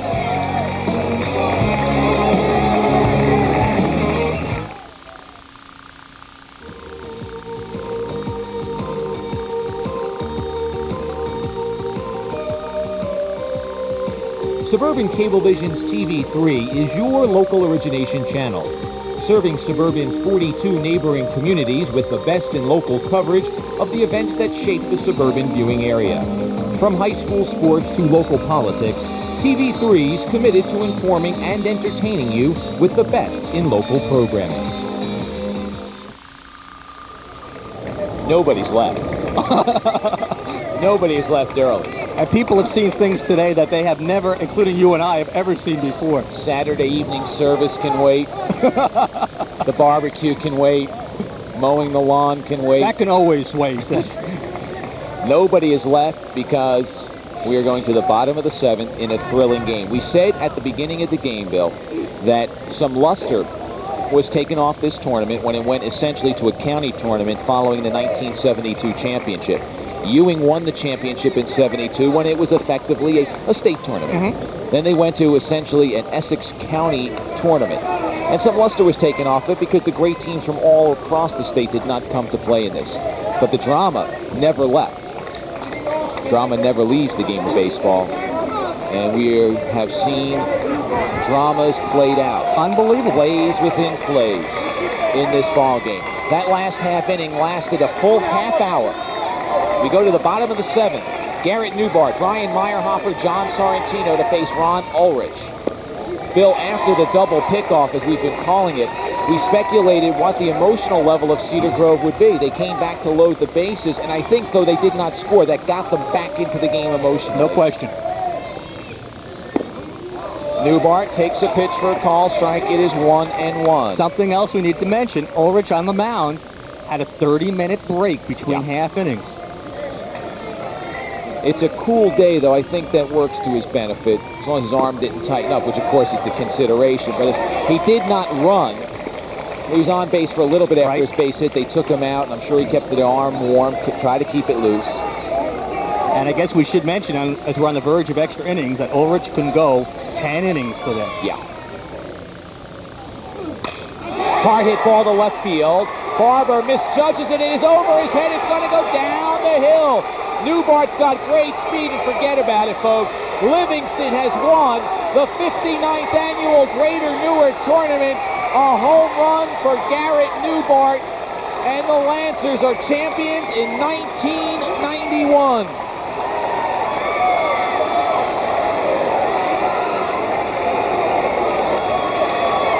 What a ball game. Twists and turns throughout. And Garrett Newbart ends it on a 1-1 pitch. Unbelievable is a word we have used, and we can continue to use it as you look at Ron Ulrich, disgusted with himself. What a game. Look at it one more time. It's a fastball down at the knees. Barber misjudged it for just a second, and with the hill and with the speed of Newbart, they did a good job of making it a bit of a play, but Newbart's got too much speed as he scores standing up and is mobbed by his teammates. There is no better feeling, there's no worse feeling than what Livingston and Cedar Grove are experiencing right now. The Lancers win the championship for the 5th time in school history. We'll take a short break. We'll come back and wrap things up. Don't miss our post-game interview. It comes your way just after this.